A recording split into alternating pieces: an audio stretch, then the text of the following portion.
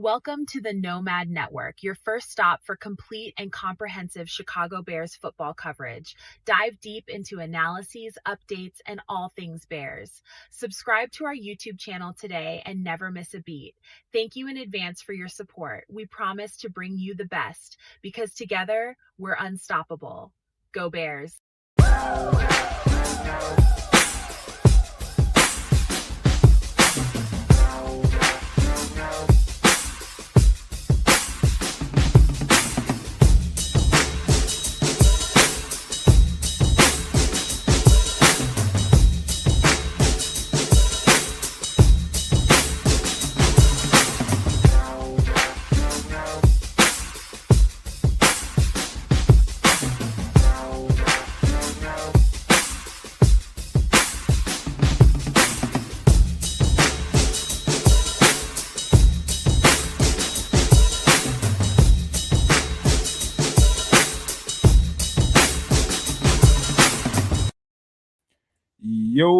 Yo, No Maniacs. Welcome into another edition of some Nomad at Night.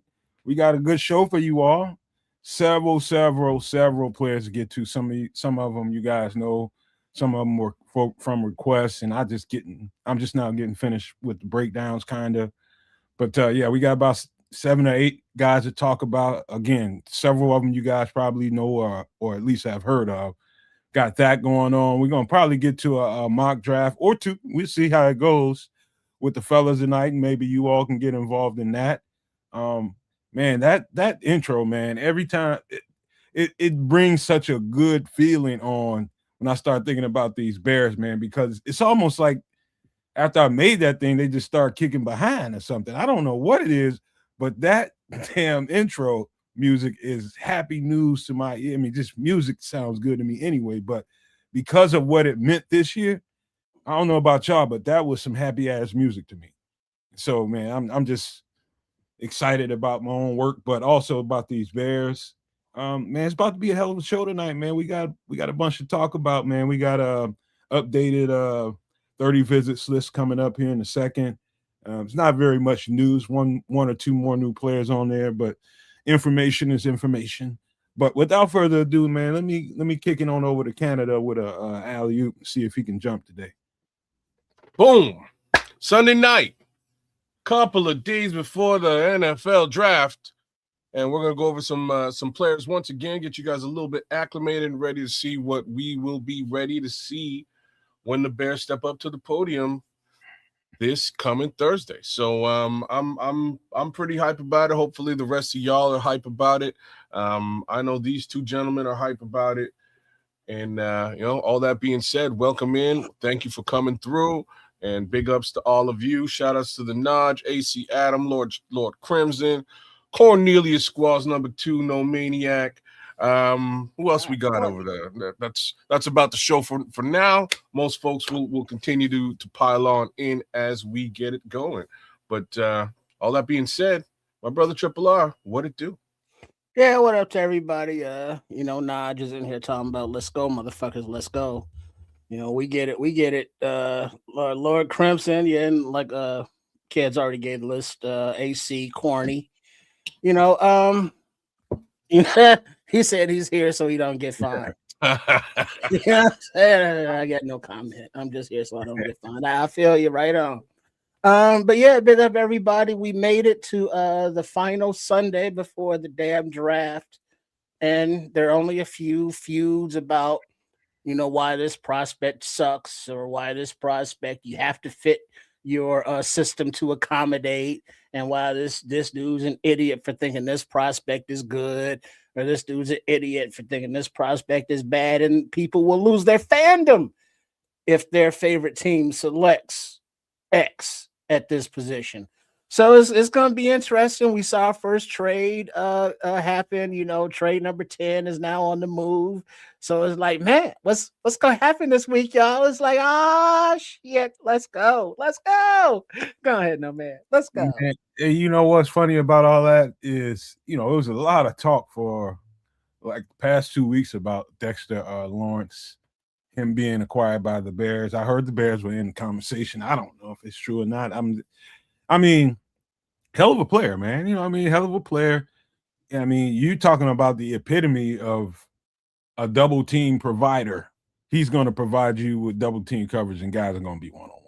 That's just what he brings to the table. It's not going to be no hell of a guy that's going to turn the lights out with sacks or anything like that. He's he's an interior defensive tackle. He's a nose guard, but a hell of a one at that, though. But, I like it for the Bengals. The Bengals really need it. Suck. They defense suck, but the fan base is really tripping about it. I tell you that much. They are upset about the team giving away that kind of draft capital, and they've been giving it away for. I mean, come on, Nomad. I mean, the 10th draft pick, big whoop.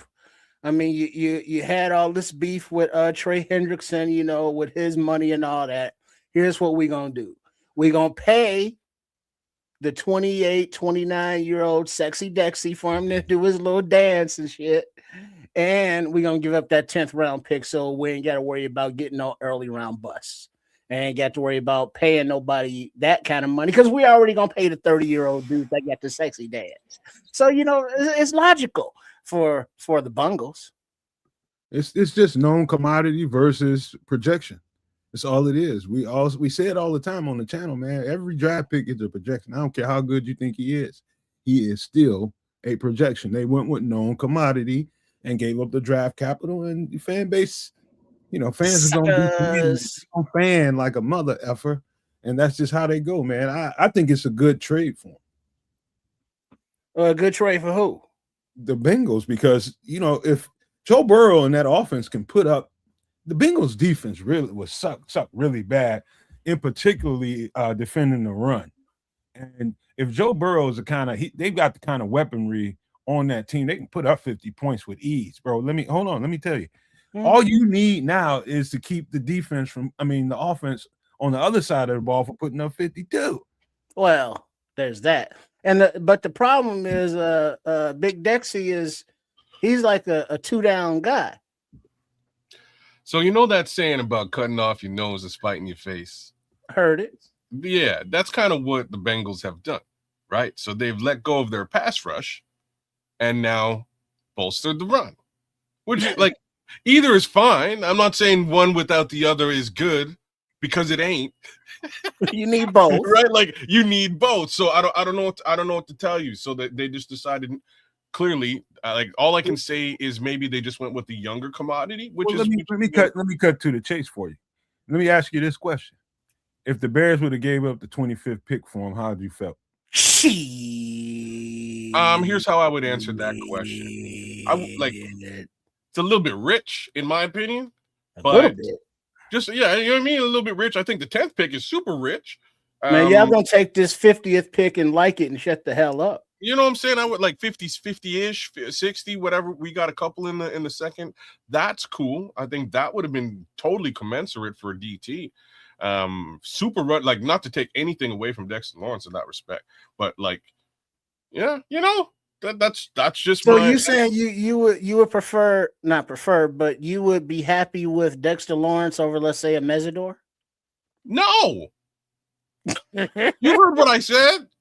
You heard what I said. I said 57 or 60 in the second round. I just wanted to put a little more emphasis on that answer to Nomad's question. I think it's rich to assume Mesidor is going to be there at 25.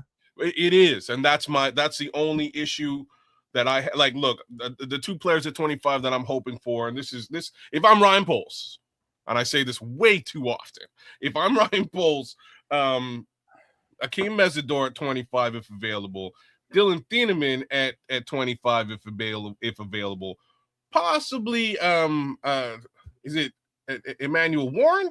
Warren? There's another last name in McNeil Warren. McNeil Warren. We're covering him tonight, as a matter of fact. Those would be my three targets in round number one. If those guys are somehow all gone, I'm getting the hell out of round one. I'm looking for a trade partner. I'll probably have a trade partner lined up right effing now. No, Arizona. There's no reason. There's going to be some top-notch talent at 25, even if you can't get Mesidor, you can't get. If it's a few guys. No, man, that you would just assume. I'm telling you, some top-notch talent there. I disagree. I personally, and you want to know why I disagree? I disagree because you have actually shown me a bunch of later round talent that I'm actually interested in. I know why you feel the way you feel. I'm just telling you, Yeah. even the guys I've shown you, that still isn't enough, man. I haven't covered nowhere near enough guys. We just don't have enough time. But there's guys, man. There's guys. Well, this is what I'm saying. I don't know I'm if with those, kids. I don't know if those guys are all up front, top heavy at 25.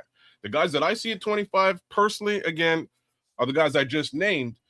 Hopefully, one of them is available for us to select. If not, then I'm fine with it, with Ryan Poles going, hey man, let me get rid of this thing, grab a couple of selections later in the draft, and go find some of that deep love. You've showed us a lot of, like, normally I kind of clown you because you'll go a little bit too deep, and I'm like, bro, like, who's picking a UDFA and shit? But some of these later round selections that you've shown me over the course of the last few weeks have actually piqued my interest. The Dame Tucker, Landon Robinson. Like, there's been a couple of guys that I'm like, you know what? Okay, if round one isn't the end all be all, let's get the hell out of round one and get some quantity and go find those guys a little bit later on. So you're openly admitting to previous assholism? No. Good try though. You never admit to it. Good try. No, what I'm admitting to is just that, you know, a lot of the time you pitch us on some like heavy reaches, bro, like that I don't see the team really even being in a position to find or access. And given that situation, I'm looking at this draft a little bit differently. There's a lot of talent in this draft, and I kind of feel that this particular version of the Chicago Bears brass might be able to sniff out some of that talent. Yeah, I think, like, at some point, man, I feel like I can make a case for a trade back if the trade back makes sense. I mean, I'm not talking about in some mock draft we're doing right here, but I can see a scenario. I can actually see both scenarios, trading up or trading back. Trading up seems rich, but if they do have a guy that they really, really have their mind set on getting, I was just looking at an article. I think the Chiefs GM put this out there, and he's putting it out there on open record saying that he expects a lot of trades in the first round of the draft. That's on ESPN if you want to check that out. And we also know that Ryan Poles likes to get his trade on. It's the interesting thing is I do believe, man, there's two guys in particular, maybe three, and more importantly, two. I think they really want Akeem Mesidor. I think they really like Dylan Thieneman. I think they also like the D tackle from Clemson as well. Maybe him a little bit less than those other two. Who's that, McDonald? No. The Clemson D tackle. TJ somebody? TJ Parker is the edge rusher. We're going to talk about him tonight. I can't think of his name right off the top of my head. The chat, y'all help me out. But it's number 11. I guess Peter Woods. So that's one of the guys that's been talked about heavily this offseason. But I can see them, one of those two guys in particular, I'm talking about Akeem Mesidor and Dylan Thieneman. If they start getting calls and feelers out there, feeling like somebody might up and take them, they might make a move to jump ahead of that. I could see them doing that. So that's interesting. A trade up like that, I'm not completely opposed to, because it'll like, if we're talking about, you know what I'm saying, like a position or two.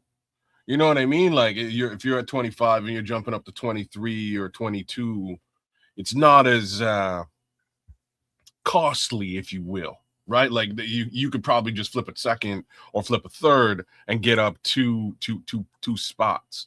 It's not like you got to send next year's one or you know what I mean? Like you might be able to do it on the cheap. So let's, like, you know, we'll see how the chips fall, but I kind of expect them to have their specific best players available in that area, and they're going to aim for them. If those guys are gone, I'm hoping by hook or by crook, Ryan Poles gets the hell out of Dodge. Well, that's what like Corny's saying there in the chat. Hey, what up, Benji? He's saying that is Peter Woods better than Caleb Proctor? You see, He this does is not think so. See, that's one of the things I'm talking about here. You know what I mean? It's like that's what I'm saying. If I'm Dennis Allen, I like Peter Woods. I think he's really, really good.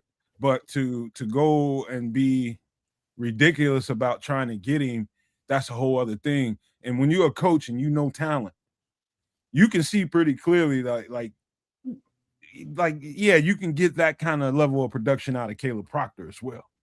Just got to work with him a little bit more. He's gonna have to step his game up to a different talent level. And I know from what I've seen on tape, he's capable of doing it. I mean, when you put a whole goddamn defense on your back all the time and you never really take plays off, you never really come out of the game, this guy's got immense talent. I wasn't just landing on thick when I was talking about Caleb Williams over here on the channel. I'm telling you, that's a super, super duper talented dude. And just because he's not the name that everybody's talking about out there, the 3 or 4 names everybody wants to talk about at D tackle, that don't mean nothing. Coaches are looking at this draft deeply, just like we're trying to do here tonight, man. So I'm glad that we mentioned him over here on the channel and broke him down. I'm glad people got eyes on him. And I can tell by the responses in the chat about him the last few weeks. People feel strongly about what they're seeing on tape. This is what I'm trying to say. There are some later talent that we don't have to, like you kind of don't have to blow your wad at 25. You don't. There's some later talent that you can find you can find a little bit further back that will fit the specific requirements of this team. So, best player available at the positions of need. You make your selection, and away you go. That's kind of how I see it. Caleb Proctor is, in my opinion, much better than Peter Woods, or at least he would suit the team a bit better than Peter Woods. Peter Woods is a bit more polished, much like Nomad said.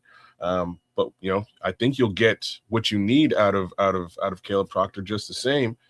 And realistically, you trade back any of the next 4 selections, and you get 2 selections, and you can get a Caleb Proctor and a Landon Robinson. I mean, there is like every year, I'm always looking for those UDFA. It seems like about 4 or 5 every year that really turn up, turn out. Maybe not on just one particular team, but all over the NFL. Probably more than that. UDFAs, if you got the right coaches, I don't care when they're acquired, where they're acquired, whether they were drafted or not. That's why I don't care where the projections are. I just look at what they can do and what we might need and how that person's talent might line up with what we're trying to do. And I can just imagine that player in the scheme. And so once I can do that, I don't care what the projections say he might go, because that guy can end up being that dude. That's from a UDFA. Oh, that goes without, it goes without saying. It's really got everything to do with the scouting talent in the Chicago building, man, at Alice Hall, and their ability to identify that. I think that they can. I think that Dennis Allen has an eye for these things as well. You know what I'm saying? So I want to give them that opportunity to sort of take a good look at the available talent from front to back. And if you can find something similar to the guy at 25 later in the draft, do it. Go find him a bit later in the draft, right? Yeah. I mean, there's no need to. Well, hold on. That last comment that was just up there. Lord Crimson, UDFAs are fine to patch some holes, but it's not the same talent pool. And while I will agree, while let's say this, yes, that theoretically, the higher you are picked in the draft, the more talent you should have, or you are supposed to have. But to Nomad's point, it doesn't matter where you are picked, because you are there now, so you can make your bones. And now, for those that can't see the screen right now, I'm sharing a look at the current roster as it stands right now. And this 20 up here represents the number of open roster spots. So we have how many picks, kid? 7 picks, 6 picks? How many picks we got? I think it's closer. I think it's 6 picks. We don't have a 5th rounder. Hold that thought for a second. It might be 6 picks. I know we have 2 7s. Hold that thought for a second, out of respect for somebody that sent the BT9. Give him some love. BT9. Hold on a second.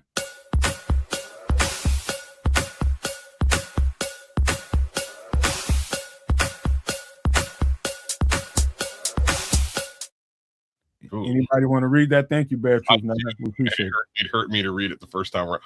On a scale of 1 to 10, how surprised would you be if the first 2 to 4 picks, sorry, the first 2 of the 4 first 4 picks went on offense? I'll let you answer that first.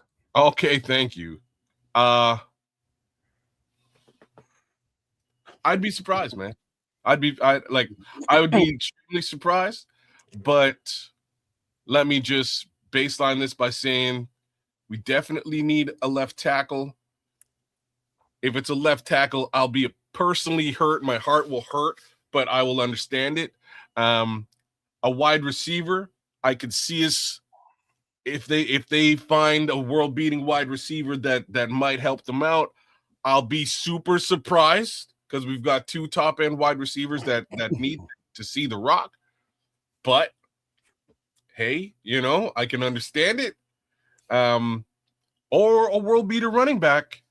I actually expect a world-beater running back, not out of those first 2, but maybe with the 3rd or 4th of those selections. That's my expectation. How about this? This? I would say, hold on, Trip, for just 1 second. I would say, just because you don't know what's going to happen in front of them, and once they get to the pick, their best player available. Ryan Post is on the 1920 reiterated again. We're going to pick the best player available. So because we don't know what their best players available look like on their board, that's why it cannot shock me. It cannot shock me. If the best player available is an offensive player for the next 2 picks, then that's what it is. Well, will it surprise me? Nah. It'll shock me, but the board is dynamic, and depends on what the other teams do. Sorry, Trey. And then also you got to look at what is Corny saying there. He would love it if Mike Washington or Jadarian Price or Bryce Lance are there. Claiborne for later, but I saw a comparison to that tackle of Max. What's his name? He starts with I. He ain't Cantor. How you pronounce that? I like that. That sounds good. He ain't Cantor. He had a comparison to Darnell Wright, and it's like, if you're Ben Johnson and you can get a Darnell Wright on the left side and have a Darnell Wright on the right side, do you not do that?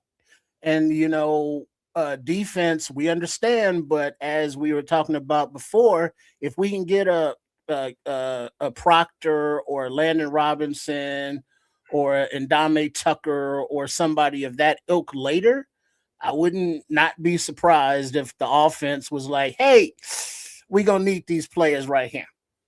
Yeah.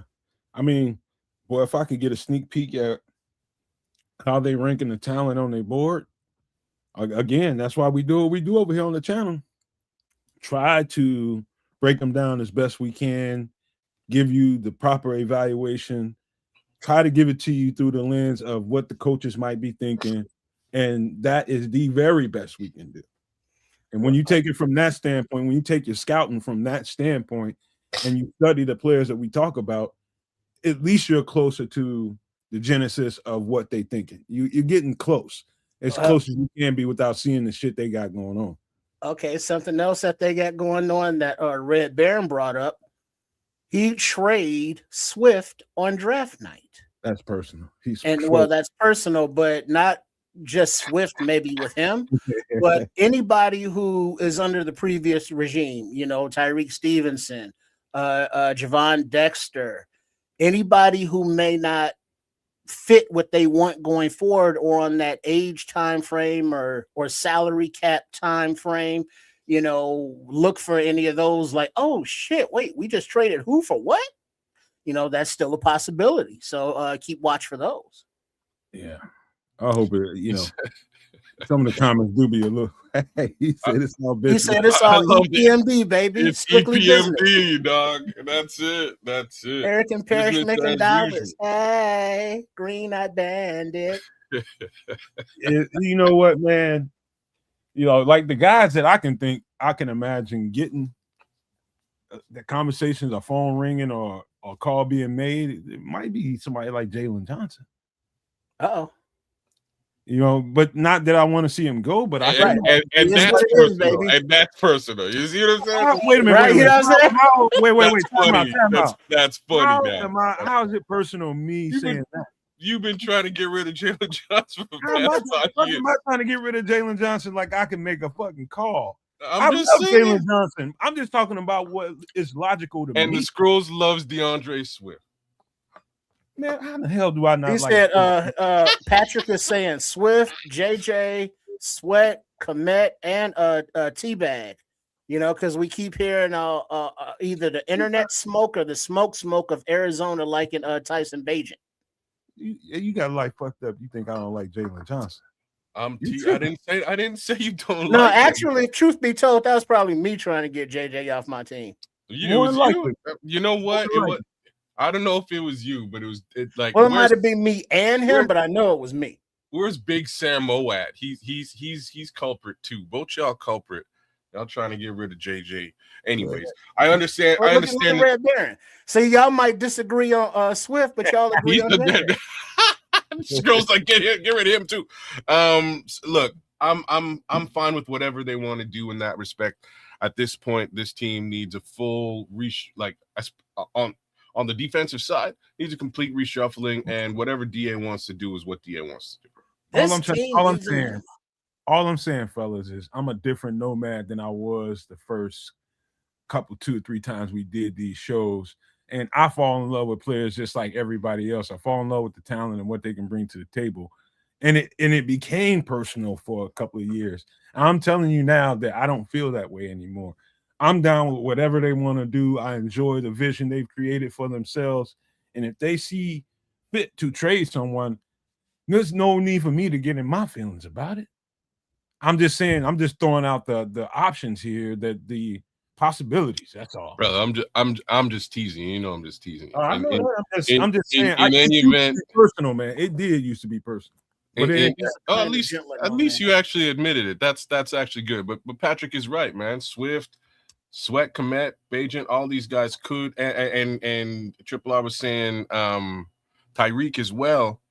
Any of these guys could be up for. I'll throw another name out there nobody wants to put on in that list, and that name is Javon Dexter. There's some maneuverings that could happen. There's some maneuverings. Hey, I heard the Kitties might need offensive linemen. We could probably offer them a never used, slightly bruised Amagaji. Oh well, I don't know. Like a third rounder, and everybody's happy. Who says if somebody gave you a bruised ass plum, would you eat it? Well, I eat around the bruise if I was hungry. There's that, and hey, there's also that Cole Komet conversation that's being had out there. That's the best answer you can possibly give to that question. I love that answer. All right.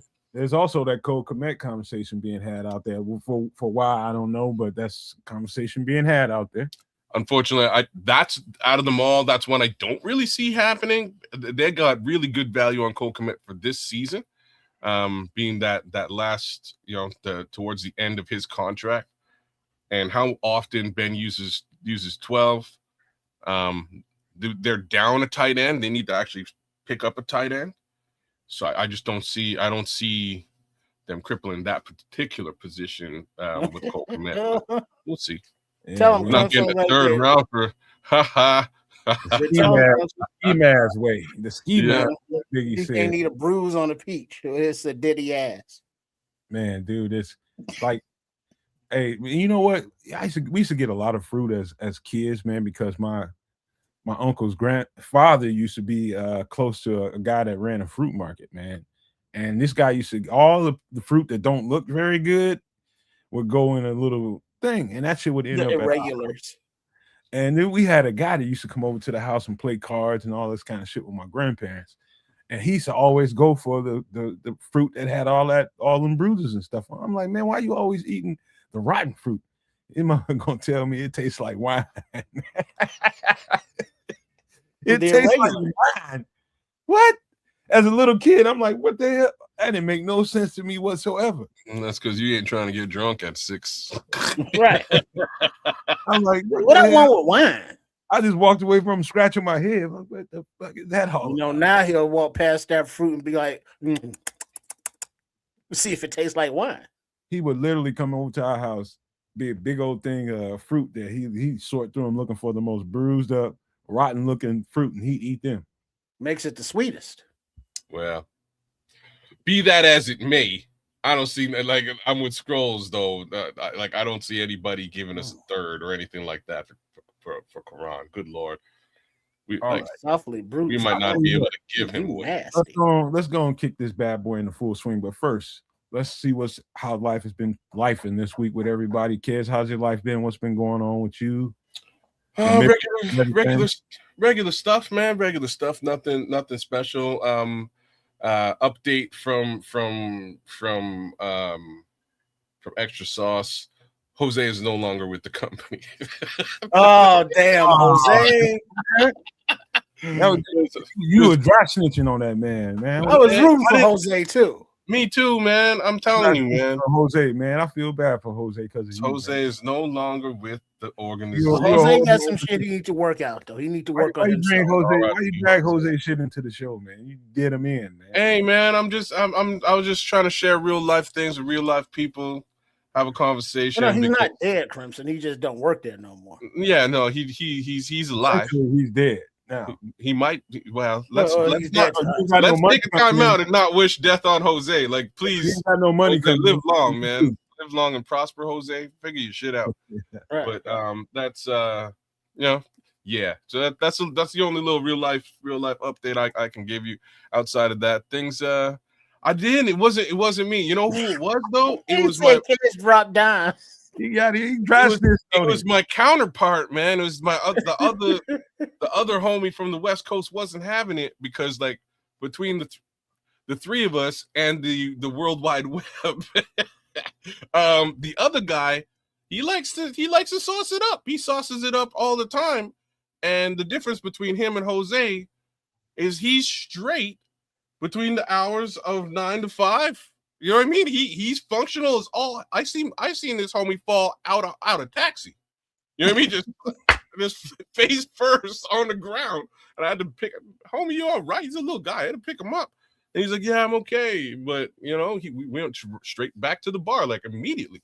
This homie likes to. He goes hard, so he can't even fathom what's up with Jose. So unfortunately, the other guy, who was very close to my boss, did the real, he kind of turned that knife, and the boss came to a heavy decision. But wait, define very close to your boss. They've been working together for 10 years. That's how it is. Working together. Okay. Something I want to throw at you, man. When this part of the season the off season is over, once we draft and we finish that process, they do the UDFAs, and I'm going to turn my attention to kind of doing some telehealth and doing my mental health work and, you know, helping people out, go back to doing some of that and kind of get on the clock doing it. You know, it's a lot of people like Jose out there who is, you know, this is what they do to get through. You know what I mean? And trying to work people through that and help them. Like, man, there's nothing in the world worse than somebody at 10:30 in the morning sauced up to the maximum already. He's just telling you without telling you, hey, dog, I got too much going on and I can't deal with it. And this is how I'm dealing with it. I'm going to do escapism. I'm just going to act like it don't exist. This helps me do that. And in a better way of saying it, you just running from your problems. No, and we all do that. And that's actually why I brought it up, right? We all do it. And in the end, it's just a question of, can you be functional during the hours of 9 to 5? That's all that these, you know, the business is asking you to do. Be show face for X amount of hours during the day, for that 8-hour period during the day. And after that, feel free to put you to be face down in a bucket of booze. You know what I mean? Like feel absolutely free. But before that, for that 8-hour period. He said, Crimson said, he knows you well, kids. He said, nobody tosses a dwarf like kids, male and dwarf female. Wow. Let's not go down the little people route, man. This show is completely left. You almost got in trouble doing that before. Don't do that. Yeah, let's no tiny town references. Okay. Yeah. All right, man. How's your week anyway? Outside of that, like I said, I'm good, man. Trip, what about you, man? How yeah, just been I got my spectacles around my neck, like grandma used to wear. Oh, those are fresh and new? Well, no, these are the same ones. I just happen to clean them. Because being a spectacle wearer like yourself, sometimes you look through you through there and it's like, the hell am I looking at? And why can't I see nothing? And it's like, oh, because my glasses are dirty. But I cleaned them up. They're looking all nice, and it's not a shameless plug, but actually I need beta testers. Brandbuilderspro.com. See if everything works. Because I've been coding and I've been seeing it in my own eyes. But you know how it is, like when you taste your own food, you don't really know how it tastes. You need some other opinions on it. And it's like, I need y'all to taste some of my food theoretically. So check that out. And if it looks good, if you see something that's not working, either send me a message if that's working, or put it in the chat. Appreciate it. Because many hours or you spend alone and just looking, and it's like, And say this name one more time, Trip. Brand, BRAND, Builders, BUILDERS, Pro, PRO.com. Brandbuilderspro.com. There you go. So y'all check him out. Help the Trips out. Make sure he's seeing what he's seeing what he's saying. Right. Can I see what I'm saying? Because those 12, 18 hours of just coding, it gets to be a lot. But other than that, I'm good. So I ain't complaining about not a damn thing. All right, I'll tell you guys something real quick. Me and my girlfriend got sauce last night. Last night started her week. I mean, I take that back. Friday night, we got a little sauced up. And I'll tell you one thing, man. If you guys like action and you like a little bit of drama in a TV show, if you haven't seen The Pit on HBO Max, dog, you are missing it. Just imagine, like I'm a person that really, really liked what's that show, that Chicago show, Trips, with Frank Drunk Ass and Shameless. Shameless. I love Shameless, man. As much as I can watch without having to turn my goddamn head. But I loved how that show is set up and how they go from incident to incident to incident, and it's never really a trained camera on one thing. It's like 15 or 20 damn different things, and the action is just continuous through the show. So they took that concept, that camera concept, and put it to a hospital shift. And the whole show, the entire season, is about one damn evening in an emergency room. And so just imagine all the people, all the mishaps, all the crazy that can come rolling into an emergency room, and you get to see all that. And it's really graphic now. It's graphic as hell, but really, really good show, man. I love that show. And, me and my girlfriend recently, she's been bringing, work home sometimes, and I'm talking her through stuff. And you can watch a show like that because she works in a hospital setting, and just take some of the stuff that goes on there. I can tell that she's growing from it. And so she's in love with the show. And it's just a nice little something that, you can have going on with you and your mate, man. So I encourage you guys to check that out. If it's something you and your girl or whoever can get into, man, it's a really, really good show. Got that going on. Plus, some other little personal stuff going on around the house, man. Just like the storm tore up And we had a really close call here. What was it, day before yesterday? Storms riled up around here pretty good again, man. And I had to do some cleaning up just today, man. It's a lot been going on around here, man. So, Lord, I hope everybody's property is good and everybody's getting what they need to as far as insurance coverage and all that kind of stuff. Because the storm's been different this year. Man, I tell you this. I think it was Monday night too. It was appreciate it, Red Baron. Website looking good. Appreciate it. Whatever night the storms was, heard sirens going off, the and it's like, oh shit, that's not right. And the power flashed, and I was like, damn, ain't no work going on tonight on computer wise. And so I actually went outside and looked, and lightning bolts was coming from the sky to the ground. And I was like, oh shit, and then the wind was 30 miles an hour. It's like, oh, this doesn't look good. But it blew over pretty quickly. And so people, were checking on me because, on the news, it was like in the area, they knew there were storms. And so somebody sent me a link to like one of the weather guys on YouTube, Ryan Nall or the other guy, but they were not storm chasers, people that go and get the scientific data from storms. These were tornado interceptors. And what that means is they drive their vehicles and they intercept tornadoes by getting in their path as they cross a road, and they get inside the tornado and as it passes by. And that's some straight up those people shit. But they was doing that in this area, and then there was trucks blowing over on the interstate. It was not a beautiful thing, but Mother Nature does what she gonna do. And Wisconsin had half of those towns up there flooded out. Ryan Hall, y'all. That's you. Ryan Hall, y'all. There you go. Yeah, there's a guy that used to be with Ryan Hall, but now he's doing his own thing. I can't think of his name right now, but he's got this custom made vehicle that supposedly you can drive into, and it's heavy enough where you can drive into a storm. And you're talking to running back? Yeah, the Dominator. I think they named it. That's the name of it. That's what he named it. Yeah, Ryan Hall, the former running back. Okay, but I think the YouTube guy is Ryan Hall, and then there's another one, Max Velocity. That's another one. But this guy is Reed something. His name is Reed something. No, his name is Reed something. I can't think of his name. Y'all that watch weather, y'all, somebody in here know. I know they know it. His name is Reed something. But he's got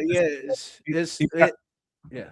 Hey Trip, would you if I put some money together and got us some storm chasing equipment, would you roll with me? Big money in it. It's big money in it, man. I'm just saying. Yeah, I'll do your tech support from a distance. I ain't taking my black ass out there. Shit, I'm too old for that. Well, maybe a few decades ago, I'm down. Let's do it. But now it's like, nah, I'm good. You know what I'm saying? Because if I get my 10,000 steps in, the next morning when I got to go take a piss 10 feet away, it's like, ow, ow, ow. I ain't getting in no truck and being like, oh, we got to run for cover. It's like, shit. His name's Reed Timmer, Trip. Reed who? Reed Timmer. Reed Timmer. Okay, not familiar. Yeah, that's the one with the Dominator. Okay, that's his name. Yeah, I know the Dominator. I just don't know his name. Okay. Yeah, he's out there. What? It's not scientific. That's just some more of that thrill seeker shit. He's slightly crazy. Well, but to hear him live real time, because it was real time that I was able to actually tune in and watch it on my phone. But they're like, watch out for the sheet metal, because if there's any debris flying around in that funnel, that could dominate the Dominator or any kind of vehicle they may be in. And so they never know. And it's just like, what's gonna happen? Ooh, are we gonna die? Dog, it is bad, and people are already still recovering around here from the last storm, and we just had a pretty close brush with another disaster, and it was pretty rough, man, for about a good 30 minutes. And it was it's a lot of debris around. And so today, I had to go out there. It's freaking holes. I had to get up there with the Flex Seal. I got to get on the roof, and I'm already nervous to be on ladders. I'm climbing up and down that ladder, and that ladder is shaking like a bee because I hate heights, man. And I'm nervous when I got to climb something, man. Probably seen too much shit on TV, but man, I got to get on my roof and patch up shit. Man, it's bad, bro. It's bad, man. So storms are getting worse. I'm just telling you, we're not used to this in this part of the country, kids. I don't know what it is in Canada, but tornadoes and shit like that. I don't know if I can remember this many brushes with tornadoes my whole life. I don't know about you, Chris, but I don't remember none of this kind of stuff growing up. All I can tell you, like, where I'm at is in a valley. All right. It's part of the reason why it's as cold as it is, and part of the reason why we get the level of precipitation and snow that we get. Right. You got to think about a valley. Heat rises. Shit cold down here, man. You know what I mean? It's cold down here. By the same general, geographical case scenario, we're not supposed to be getting no tornadoes. Same thing here, kids. We live in a valley as well. Where I live. All right. So it's a valley. There ain't supposed to be tornadoes. Again, tornadoes are supposed to sort of accumulate higher than the ground where we're at in this area, in this valley. What I can tell you is over the course of the last 15 years, more like 7 years though, there have been a bunch of tornadoes out here, which is wild and crazy, and we are not prepared for this shit. Not in the least. Tornadoes rip through and just wreak havoc. And like the first one that came by, it came through this stretch area, and it tore down a whole bunch of electricity poles, which knocked out electricity for hundreds of thousands of people. Like we were cooked. Somehow, out of all of these people that were knocked out, my little block was lit up, bro. We were good to go. So everybody, like, my block was out for, I'm gonna say, somewhere around 5 hours. By the time I went to bed, woke up in the morning, we were lit up, we were good to go. The rest of the surrounding area was cooked. Anyways, man, just a crazy little situation with the tornadoes down here. I don't know where they came from or why they started, but apparently the government controls your weather. So just take that for what it's worth. All right. One last thing before we get into this Bears conversation. I made my famous ribeyes yesterday. Oh man, now you're gonna make me hungry now, man. What the hell, man? Bro, let me tell you, man. I'm sorry about that, but my girlfriend is she's a fiend for those ribeyes that I make with the marinade that I do on them. Those bad boys had a 5-day soak on, and I did not just to see, and she didn't say nothing right off the top because she was tearing that shit up. And all of a sudden, earlier today, she was just like, "What did you do different?" And I was just like, "Oh, you noticed, huh?" And so there's a couple of ingredients. What's up, man? Like that's what I'm talking about. C-Spags, you out here? Where you at? He's what? C-Spags is in Southern Ontario, man. He's saying the tornado's been growing, and that's exactly what I'm talking about. That's where I'm at. And it's in this hemisphere. It's where we are, kids. Where me, you, Trips, we're geographically in the same place. Actually, I'm in Southern. So you're in SWO. You're in SWO. I'm in what? I'm not in SWO. Like it's getting bad in SWO too.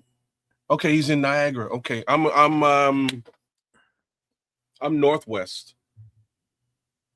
I'm northwest. So the same fronts near the capital, the same kind of fronts that we see, you're going to see.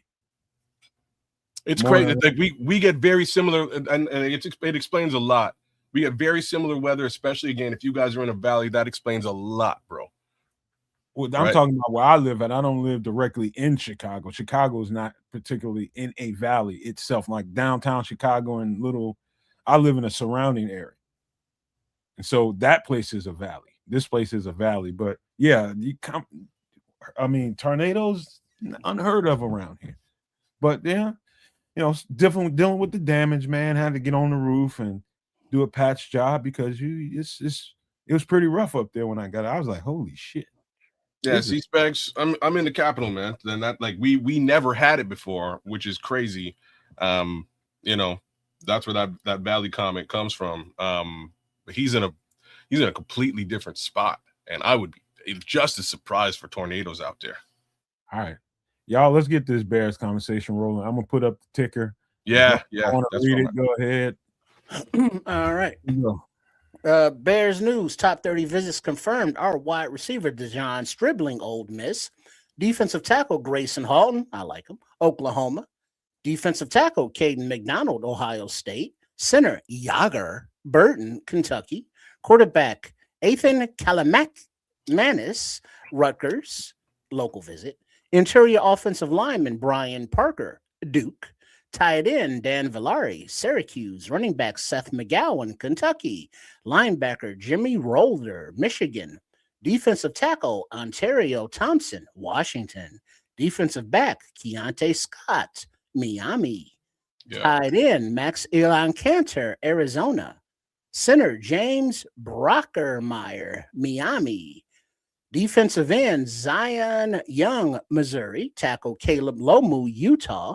Defensive tackle Dominique Orange, Iowa State. Cornerback Malcolm DeWalt, Akron. Nice. So that's the top 30. That's top 30 visits confirmed so far. Just had a good look at Malcolm DeWalt.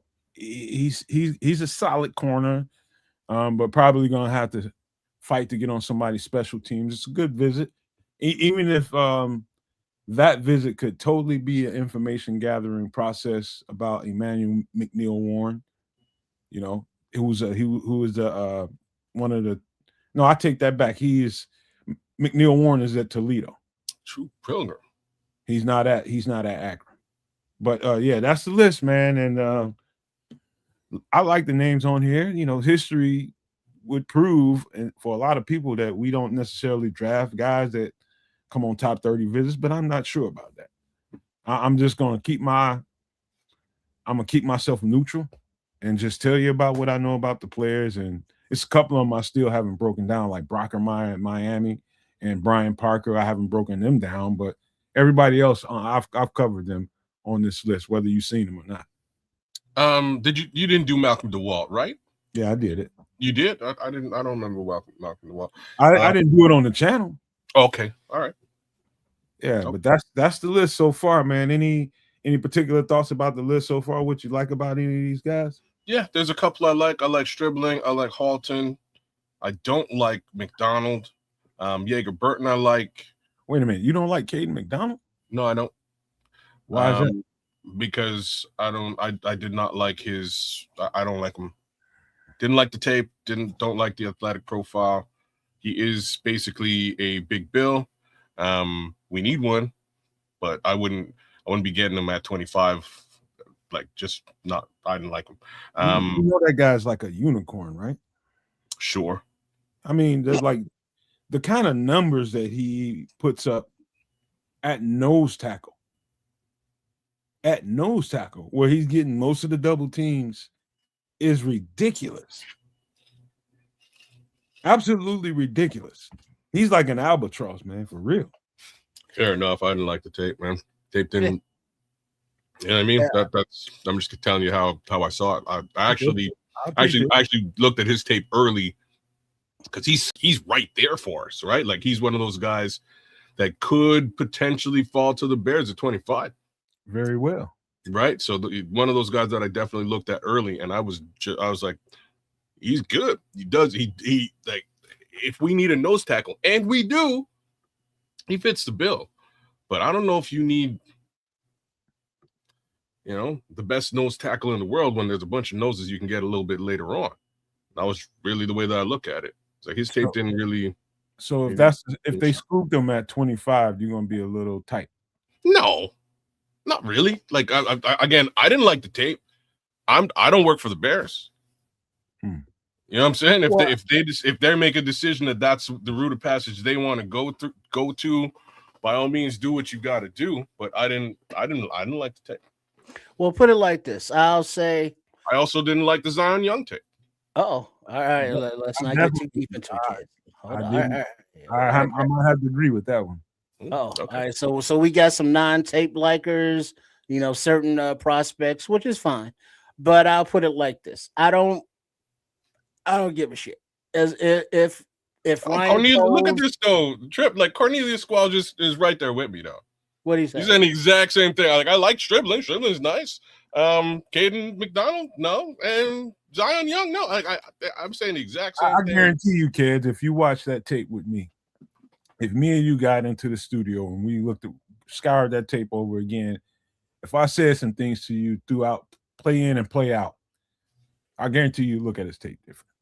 Maybe. Yeah, but the thing is, if they say at pick whatever, the Chicago Bears select Zion Young, now y'all gonna be mad and all disappointed and shit.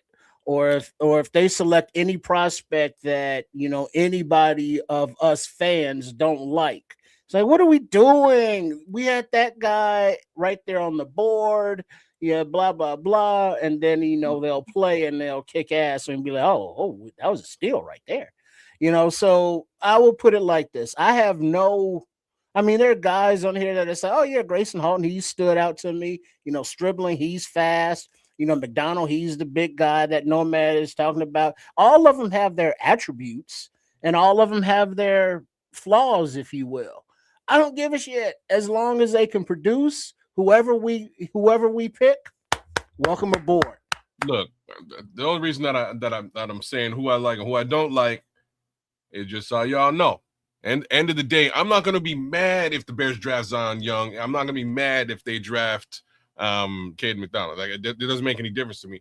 And why I say it doesn't make any difference to me is because I do have a little bit of faith in what they're trying to do. And what they're trying to do is retrofit a defense, right? They had a defense. It was underneath somebody else. He made his selections. The new guy's in town. He's got to flip it into looking the way he wants it to look. How he goes about doing that is on him. I'm just saying what I'm looking at from a tape perspective, there's some of these guys who jump out to me, and there's some of these guys who I don't think personally jump out. And, like liked Grayson Halton, liked Stribling, didn't like Caden, liked Yeager, didn't like Zion. Zion didn't do it for me, man. To be frank with you, a lot of the edge rushers after Mesidor were a little bit lackluster, in my opinion, right down to Ndame Tucker. Ndame Tucker's way further back, but he looked polished. He has stuff. You like Tucker better than Akis? Yeah, I did. A lot of people like Akis, though. A lot of people like him. But personally, I like Tucker much better. But you don't dislike Akis. You just like Tucker better. I do. That's a great way of positioning it, especially given the tape. I did not dislike his tape either. His tape was good. The Zion tape, I disliked. He doesn't have tools. It's fun listening to you guys getting into more depth about, instead of me doing all the talking about these players. It's fun to hear you guys give your take on what you like and what you don't like, what you see and what you don't see, and give qualified evaluations to what you're looking at. That's warms your heart, doesn't it? I love it, man, because y'all are not the same two guys philosophically that I met when we first met. You guys have grown big time. So speaking to that, I appreciate that, man. Thank you very much for that. Speaking to that, I've taken a lot of our conversations that we've had over the years and been able to apply it to what I've seen my son do on the field, right? And the players that he's played with and against on the field. So I've been evaluating this stuff for decades without certain frame of mind and certain understandings. And you've helped me sort of get that frame of mind and gain those understandings. And now I can sort of apply them to the draft picks that we look at year on year. So it's, definitely come a long way. End of the day, especially at the edge position, because it's what my son plays. I've got a pretty good understanding of what's what's happening, man, and what I'm looking at. And like I say, with Zion, I think Zion's going to be a prospect, right? They're going to have to develop him, and I think it's going to take a while. That's just me. He's big, but He's got the measurables. Oh yeah. It's the thing about Zion. It's not that he can't be an elite edge rusher. He just doesn't have the skill set as of yet.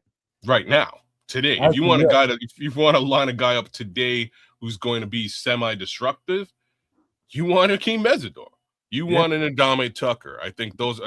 I'll also throw Gabe Akis in there too. Like those would be the three guys that I would be leaning towards. There's two other guys sort of further back that we could talk about as well. But anyways, those are the three that I kind of have zero. Malachi, there's one of them. Malachi Lawrence is one of them. There's a few guys, but I did not like the McDonald tape. I did not like I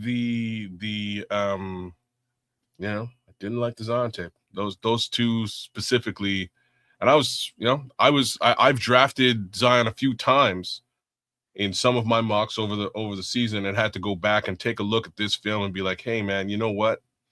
Yeah, I am not mocking him to the Bears. I don't see it. And you know what? It's good that you point these things out, man, because as you're going through the tape, what becomes a little bit more different is starting to project where you think a guy can get to. You're looking at a raw college athlete. Some of them aren't so raw, like say your Ndame Tuckers and Akeem Mesidor and Bain. These guys have a really strong skill set and almost come to the NFL when they get drafted, pretty much a done deal, almost. And compare them to those three guys in particular. Compare them to any other edge rusher in this draft class, and they pale in comparison because the skill set for the most part ain't there. And that's where the NFL, the next level of coaching, comes in. When you don't have to worry about school, you don't have to worry about all the stuff you normally worry about and you're used to worrying about, and actually football is your job. It's up to you to get better now, because there's going to be people there all the time trying to help you with your skill set and up your game. Now you have to really focus on it. This is your 9 to 5 now. So you see, brother, like that's you being ever the optimist again. And that's right now. I think they need to rush the passer right now. They need to figure that out. And that's why I lean towards the guys that I lean towards. What I look at is I look at some of the developmental talent that we brought onto this team over the last few years, and whether it's, whether they've actually developed. I'm going to say that Austin Booker has certainly developed and will continue to do so. I'm excited about that player. Dominic Robinson is no longer on the team. There's two different views of that development case scenario, so you never know. But all I can say is they need to rush the pass around. They need to get to a quarterback now. So, all right. Y'all ready to break some cats down? Let's look. Let's talk about a very popular one right off the top. Let's talk about a very, very popular one. And let me just see before I get to talking, what you guys think about him. I know you guys have at least seen who TJ Parker is. This is defensive end TJ Parker out of Clemson, 6'3", 265 pounds. Anybody seen him yet? I've taken a look. He did not jump off the tape to me. I'm going to take another look right now as we're going, but I'll let you talk about him unless you got another view, Trip. No. All right. Let me break it down. Extremely athletic. And I'm talking about 265 pounds. You just really can't tell by watching him play. You really can't tell that guy is 265 pounds. It's hard to imagine this guy weighs in at 265 pounds as often as they drop that guy that big in the coverage. Does that mean he can, he's a 3-4 edge rusher in college. Can he put his fingers in the dirt and get upfield? Yes. Does he fit? Yes. Will the Bears get a chance to draft him? I don't know. I think he's coveted. This guy's going to be a player for a long time.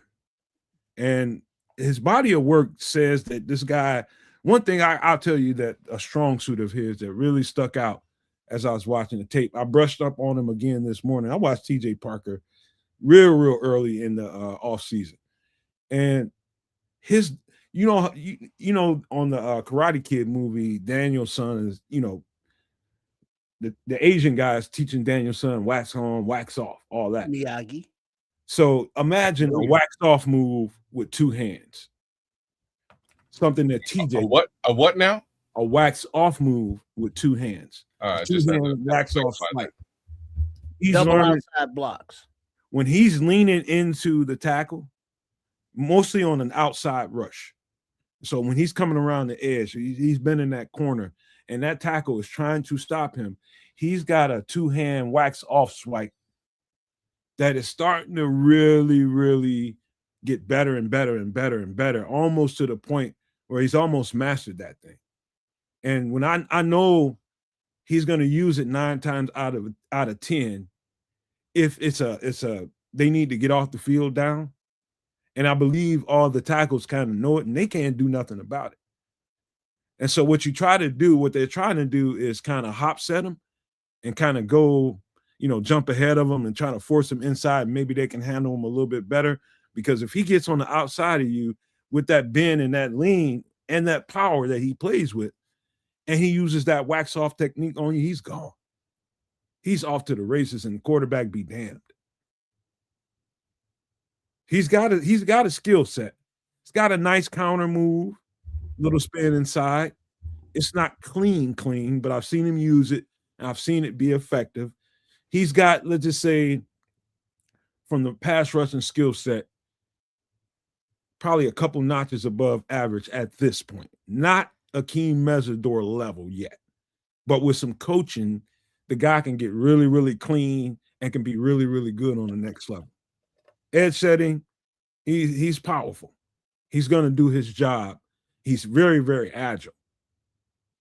He's gonna take care of the run, and the more you ask him to do it in a 4-3 set that we run, the more and more he's going to get used to doing it. And so the options that he has at Clemson to play part-time, fingers in the dirt edge rusher, to part-time a 2-down stance where he has to float off into a flat and cover down the field, he won't see as much of that in this defense. He's just got to put his fingers in the dirt and get down and dirty. Every now and again, with that athleticism, Dennis Allen's not a fool. He can see it's a strong suit of his. He'll drop him back there in coverage to fool the defense a little bit. But the man's talented, man. Young and talented. And it's going to get drafted early. Kez, what you looking at and what you thinking? All right. He's got some sneaky bend. That's what I'll call it. It's not like that Robert Quinn 45-degree stuff. He kind of I don't even know how to explain it, but he kind of dips his shoulder on you. Nice little lean. You know what I mean? It's not 45 degrees, but he, when you're trying to get him, he'll dip the shoulder and make that shoulder kind of disappear. And he comes around. I like this player. He's all right. I'm not going to say he's got all the tricks in the bag you could have, but he's got a solid 4. He'll bull rush you. He's got decent speed. Just like you said, he'll set the edge. You can drop him into coverage. That is, in my opinion, a bit of an upside. You can kind of trust him in all 3 main areas of responsibility in that case. And again, he does have some pass rush prowess. So yeah, I think who's in the chat? Who said it here? Corny, man. Corny, me and you are line of sight today, though, bro. So he says TJ is greater than Zion. Here, I'll throw that on a. Oh, he's better. He's a better pass rusher. He says TJ is greater than Zion Young, but not Mesidor, Lawrence, or Yakis. And I would throw Ndame Tucker in that mix too. That's kind of exactly how I see it. But I'm not. I'm not mad at this tape. I'm not mad at this tape at all. He's decent enough. I will also throw Cassius Howell into this general mix as well. He's an interesting player too. But again, I don't mind this. I'm not sure if I would, not sure if I would do this at 25, but sometimes you got to do what a man's got to do. The thing about, again, I keep saying this week in and week out, a lot of these teams play, different kinds of defenses, man, and it's a hybrid defense that a lot of these college coordinators like to run. And so what we do, breaking down some of these players and how they might fit into what we do, comes off a little bit different when you're looking at a tape for the first time. You look at TJ Parker on tape and you just like, how's that going to fit into what we do? Just got to look a little outside the box a little bit. And when he has to put his fingers in the dirt and get upfield and get after the quarterback, he can at a high level. I'm just being honest with you. This little dip move he's got, I'm starting to like it. The more I watch it, when he wants to get home, he can get home. Well, he's quick, strong, fast, and powerful at the same time. Yeah, rare combination. He has all of those physical attributes that you're lining up. But this little move, it's an interesting move. And why I say that is it's sort of like the opposite of the long arm stab. Instead of long arm, I'm not sure what his arm length is. I'd have to take a look, see if I can pull that up. But he's not long arm stabbing. He's allowing the tackle to get in close, and then he dips. And it's like I say, it's not like a 45-degree dip. He's just dipping his shoulder underneath the arm of the tackle and getting underneath it. And now there's a quarterback right here, and he does it all the time. I like this move. I'll tell you something, kids. It really came across. I believe one game, I think he was playing against either South Carolina or North Carolina State. I just can't remember. It was a team with some red. And you can see the fear in the tackle. And so they were just so worried about his speed and this power. So it looks like he can beat you with speed and beat you with power. Sometimes it's like it looks like the tackle was just lucky that they was able to get hands on him. And then once they get hands on him, they kind of lean. And you can feel the lean, and once he feels the lean, he just boom. He does this dip, and that's what he wants. He wants to engage, right? Mm-hmm. He wants to engage with the tackle.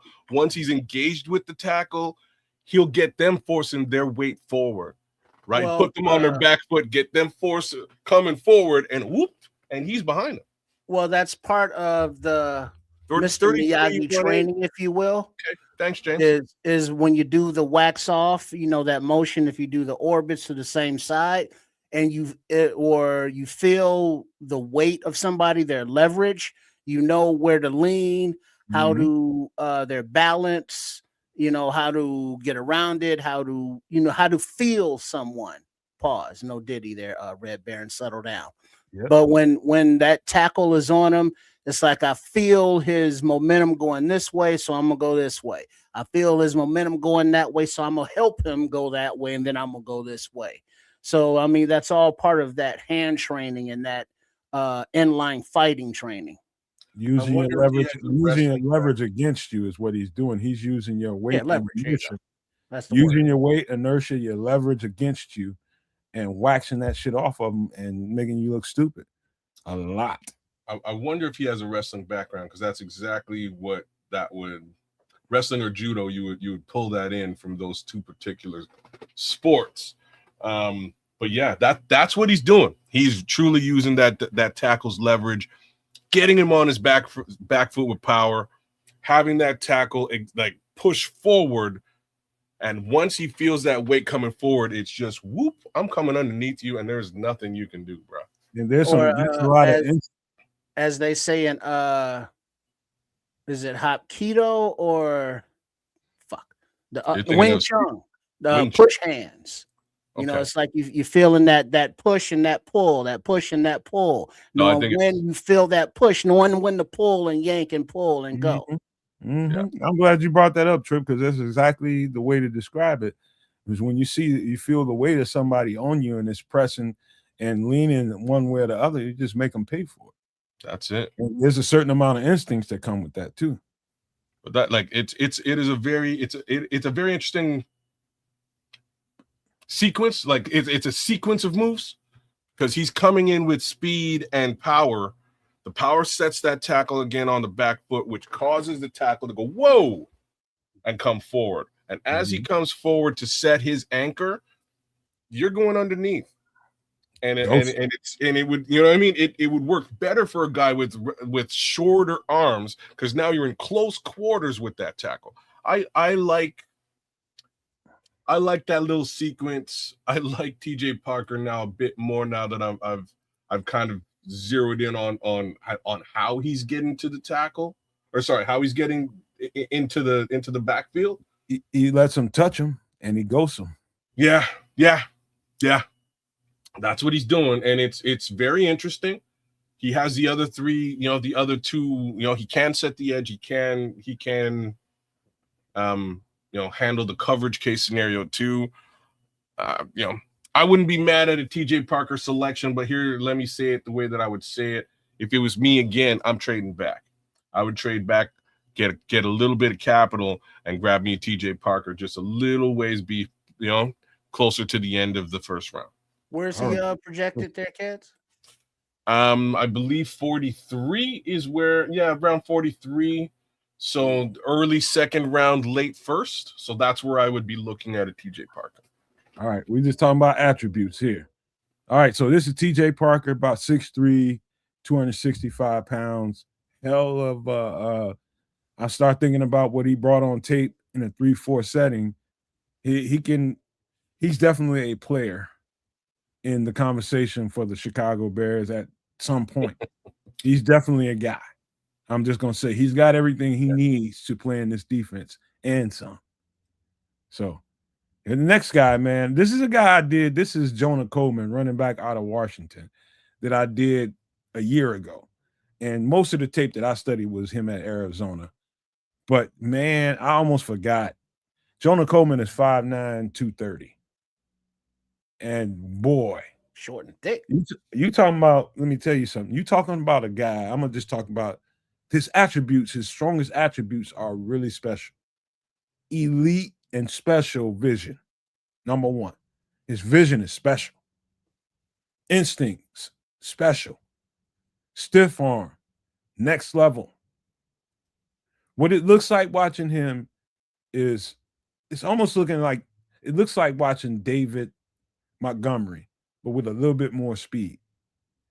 And he's in a hole and he's out of a hole so fast. His lateral agility to bounce and go from point A to point B or C so instantly just throws the defense all off. And you add all of that, his visual instincts. I mean, his vision is just next level special, number one. But his instincts to know when to do the things that he does, stiff arm, and he can run with power. His contact balance is also special.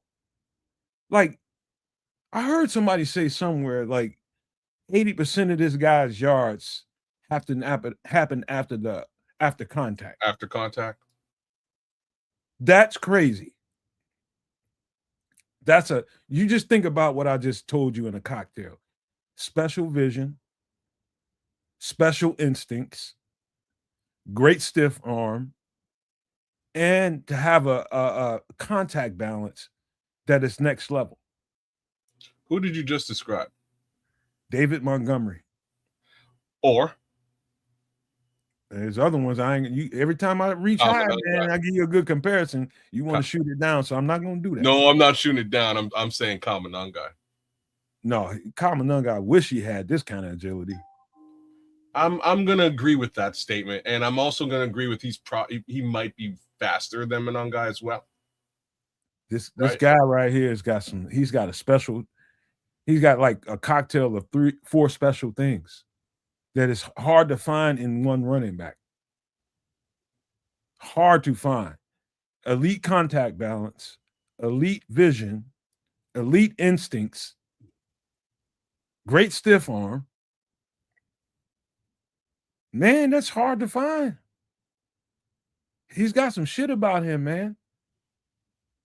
And you over there looking at that tape, and I'm telling you, I am. The vision's nice too, man. He's got good vision. And when I say that, if you want to look at the first breakdown, all you gotta do is go to the Nomad Network's homepage, YouTube channel, and you'll see the one I did for him last year because I thought he was coming out. Excuse me. But yeah, this is the second breakdown of him. But I forgot how much some of that stuff that I noticed about him the first time through. Man, it's gotten even better. Yeah, he's very agile. You're right. The vision is great. And when I say vision, he'll go north, south, east, west on your ass. You know what I mean? He'll go in any direction. The north-south running is special. And now I'm seeing the stiff arms now. Okay. His little short arms. His little short arms. He'll keep you off of him. You got little penguin arms, but he'll keep you off. Boy, you just put a homie's head in the dirt, man, with that stiff arm. Okay. Can he make house calls or does he get walked from behind? I haven't seen that. No. He can. He's not. He doesn't have elite speed, but once he gets going, it better be somebody fast on the back end of the defense, or he's gone. I haven't seen that. He's faster than David Montgomery. Yeah, I'll give him that. I'll give him that too. But this dude's got some special traits to him, man. It's hard to find all that in one running back that's 230 pounds. He's 230 at 5'9". Yeah, he's kind of solid there. Yeah. Leo Factor, that's a good statement, man. He's a little pinball, man. He just bounces off player after player after player and just keeps on going. Like again, man, I say this again, and to this day, man, the little dudes like him give me nightmares, man. Little dudes built like this give me nightmares, man, because they so hard. And one that has agility like this, that when you go in for the unalivened, he can make you look stupid and you'll be looking at air. He can bounce on you. Left or right. He's got a crazy juke or jump cut, if you will. And a lot of the time, that's how he starts his run. There's a jump cut and then vision. And I don't know. He's all right. He's okay. Yeah, we're gonna do Wednesday and Thursday. Might have to taper Wednesday a little bit. Is it Wednesday now? Yeah, no, he's talking about extra sauce and start the draft coverage. We just have to taper it a little bit. Man, all right, fine. I know you probably don't want to. You know me, man. How about we just make it a Bears show? Because we're gonna be. I'm just saying we're gonna be going crazy Thursday, Friday, Saturday, Sunday, bro. You know what I mean? We going deep all weekend. So Wednesday too is till 2 in the morning. No, we don't got to do that, man. We can taper it. We can kind of trim it into a Bears show, and that be that, and then we get ready for Thursday. Right, because we're so close to the draft, we just trim it up into some last minute Bears information, do some coverage of some players, and get on up out of there. Okay, so we talking Jonah Coleman here. But yeah, man, this guy again, man, this is Jonah Coleman out of Washington.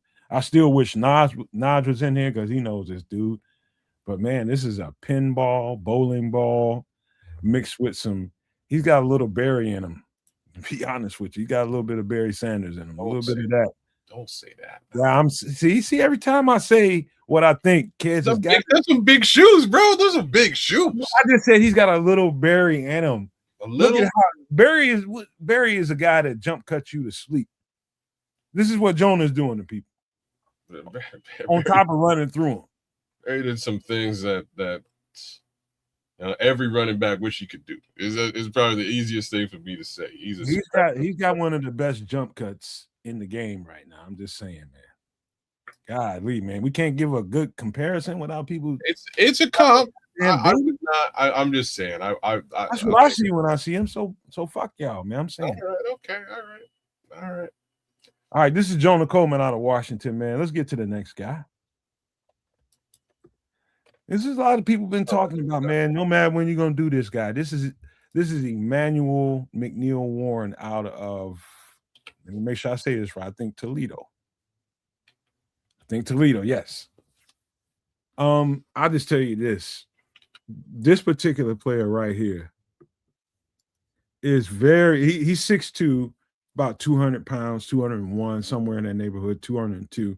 It surprised me how heavy he was, because at first when I first started looking at this, I thought he might have been a little bit light because he was fast. He's so fast to get from A to B. But man, this guy, he plays like he's the best player on the field, no matter who the competition is. I don't care if he's playing freaking South Alabama or he's playing Alabama. He plays like he's the best player on the field in every single game. Elite quickness, elite speed. The closing speed is special. You don't even see him in the picture a lot of times when you're looking at the all 22. Next thing you know, zoom. In a blip, he's right there on top of him, making a form tackle, taking the right angle all the damn time. And he's a ball hawk. Emmanuel McNeil Warren is a ball hawk. Anytime he's anywhere around the ball, Kez and Triple R, there's a good chance that ball's coming out.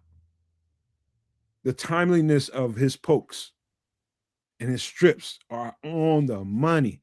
You talking about FBI. This guy's got high football IQ, really high. And it shows up week in and week out with this cat. His range is outstanding. Form tackling and making sure he finishes a play because he's the last guy on the defense. His speed from A to B, getting from point A to point B, while that ball is in the air, is some different stuff, man.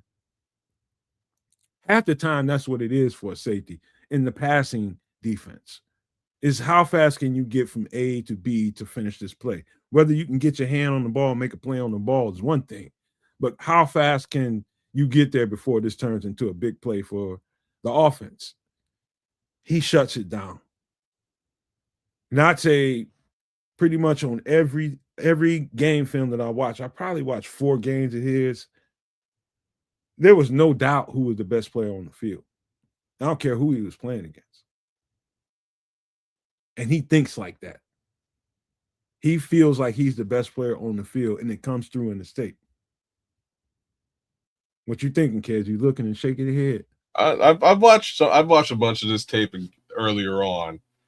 I really like, because again, we were talking about this last Sunday, and it was like which positions do you think the Bears should be looking at, Keds? And I told you the 3. Safety is clearly one of them. I will not be mad if they go safety. I like this kid, and one of the things, the film I'm watching right now, one of the things that you mentioned is like he'll peanut punch that ball out, man. He's got instincts with that shit too. The first clip is him. He's not even involved in the play. He just came around the corner, snicked the ball out, grabbed it, and ran it back. That was play number 1 that I'm watching here just now. But in first couple of minutes of film, that ball keeps coming out. He's finding spots where he can just get in there and crank that ball out. He's a wanton tackler. He's coming down, heat-seeking missile will put you down. Grading coverage in general. I like this guy. I do see the comparison to Tariq Stevenson here in the chat. I can't argue with that, but like I don't see him having a lot of the troubles that Tariq had early in the season, like early in his career. Well, he's a safety. Tyreek's a corner. Well, this is exactly where I'm going, right? With being a little bit too handsy because he's sort of off the ball. You're probably not going to get a lot of handsiness from this guy.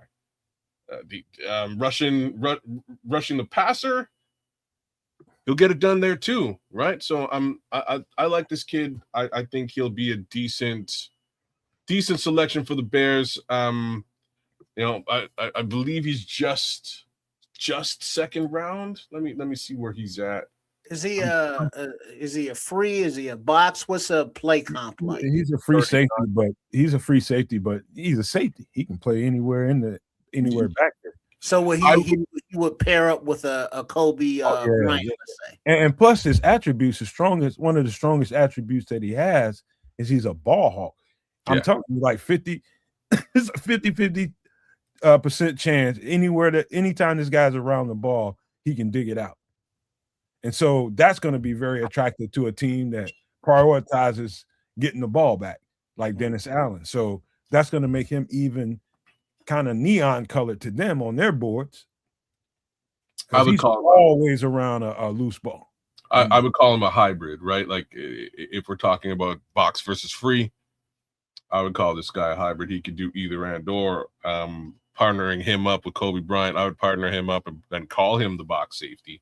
But you could switch him around. Hell of a talent right here, man. The speed from a safety, man, it's almost like basically a big corner playing safety. Yeah. Is what he is, man. His athleticism, his agility, his sense of awareness, and just knowing what the moment requires. That's FBI right there. And his height and arms don't hurt either, huh? That like 6'3", 32-inch arms back there. That's very, very helpful. Definitely gonna come into play. So this would be one of the guys, like if Dylan Thieneman happened to get away from you. Yeah. This is one of the reasons if they had Dylan Thieneman, like the guy, one of the best players that if they wanted to draft a safety and they feel like he's a better player, if he goes before they get a chance, this keeps the Bears safe and not having to move around, just wait. Because you can get a player of this caliber if you don't get Dylan Thieneman. There's some other safeties. We talked about him on the show. But I think this guy has got I'm telling you, his football intelligence outside of some of the other intangibles that he brings to the table, I think is some other level. It almost feels like looking at a young ass Ed Reed from Toledo, not Miami. It's like he's got that kind of playmaking ability.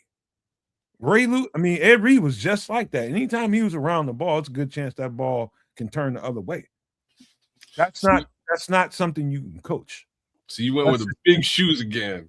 Every time I do it, man, I'm teasing you, but I'm just telling you what comes to my mind when I see players like this and the attributes that they bring. It's just my recall. I'm going to show. I've seen this stuff before. Corny hit the guy that I see when I see this particular player, and it's Cam Chancellor. That's who I liken him to, with a little bit of peanut in him, but definitely Cam Chancellor with that. Cam Chancellor from the Legion of Boom. From the Legion of Boom, brothers. I'm not stretching when I tell you that, Pilgrim. When I say he reminds me of Ed Reed, just his instincts, man. Ed Reed had instincts of an animal, and this guy has instincts like that too. Yeah, he's got that football IQ. Big Sam O in the chat. Half the game is really just being able to read the moment. Read the moment. You might have a call come in, Triple R. Say you're supposed to be in a one high, 3 deep zone, right? And somehow the play starts to unfold and you see something. And you got the kind of defensive coordinator that tells you that he knows that you're really, really instinctual and you make plays when you play like that. Just tells you don't stay true to it. If you see something, jump it. Ed Reed definitely had the green light to do that because his coach knew that, hey, this guy's got something. He's like a coach out there. He's seeing this stuff in a different way. And you can see that in this cat, man. That's why I give him that comparison. He's got that going on now. He just jumps some shit, man, and he's right. When he goes rogue in the defense is what we called it. Somebody goes rogue, you better be right. Going rogue. He goes rogue, and he's right when he does it. Derwin James, another great comparison. Thank you for that one, Samuel. Well, Samuel also said that McNeil Warren baits quarterbacks into throws. That's the hallmark of a great safety, man, right there. That shows his FBI, his football IQ. Now Patrick going crazy. He said, "Go ahead, no man. Hit us with the next."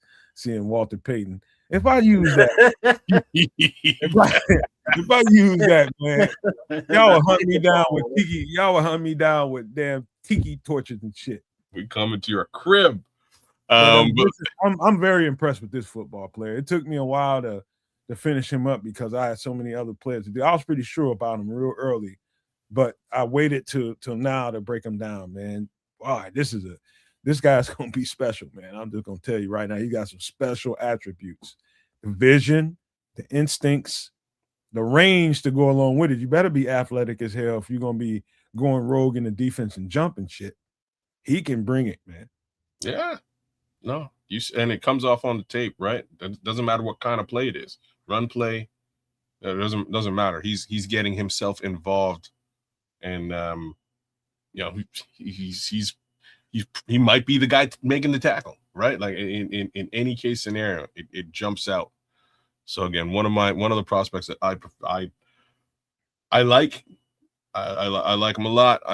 These are, in my opinion, scenarios where the Bears have that 25 and they can't get, those top 3 guys I was sort of suggesting earlier on. You make a little move back just a little ways and you get yourself some McNeil Warren love. All right. No, man. Yeah, I'm gonna tell you right now, Patrick. I've seen so much football. Still to this day, Walter Payton's a 1-on-1.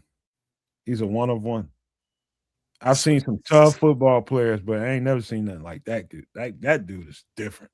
Well, even I gotta throw Barry in there too. Like I'm just talking about what Walter brought to the table. I mean, he was just different, man. But that's a whole other conversation. Guys, man, they're both. Yeah, I think Walter was a little more rounded than Barry. Not taking anything away from Barry, but Walter was more of had more tools in the box, if you will. Oh yeah. Oh yeah, he's complete. The way to look at it is that they were. Both guys. I heard one of them coaches. I think I heard Dicker say one time. Let me get this guy off the screen. So I heard Dicker say one time. He said he had no doubt in his mind that if one day he asked Walter to kick field goals, Walter could do it.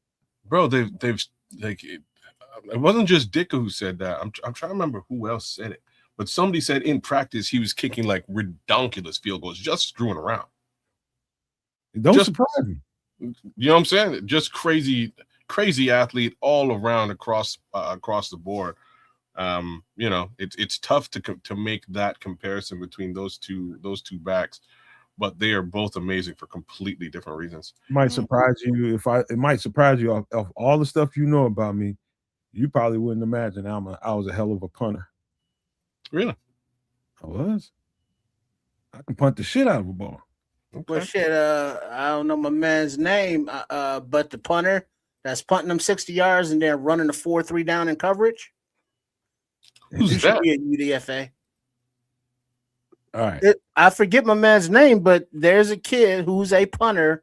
And they were showing his workout tape. He was punting the ball like 60 yards, but he's a young kid, so he's running like a 4-3. And so he was running down in coverage. It was crazy. That's crazy. All right. We got a few more guys to get to. All right, let's roll. This is a lot of people been like, hey, Nomad, you heard about this guy? This is out of Boston College. This is Jude Bowery. I'm really glad. As much as I don't want to deal with, I don't want a tackle early in this draft. Jude Bowery's a little bit later in the draft. This is the one tackle that I really actually want to check out. So I'm glad we're doing Jude Bowery right now. Okay, Jude is 6'5", 311, perfect size in my opinion to play left tackle. And what will stick out to you, and it will because I'm telling you, if you don't pay attention to it, you have no reason to not notice this now, because every time I watch him on tape, watch him fairly early in the process too. This guy's foot speed, foot quickness is different for a big man. This guy can mirror a mirror.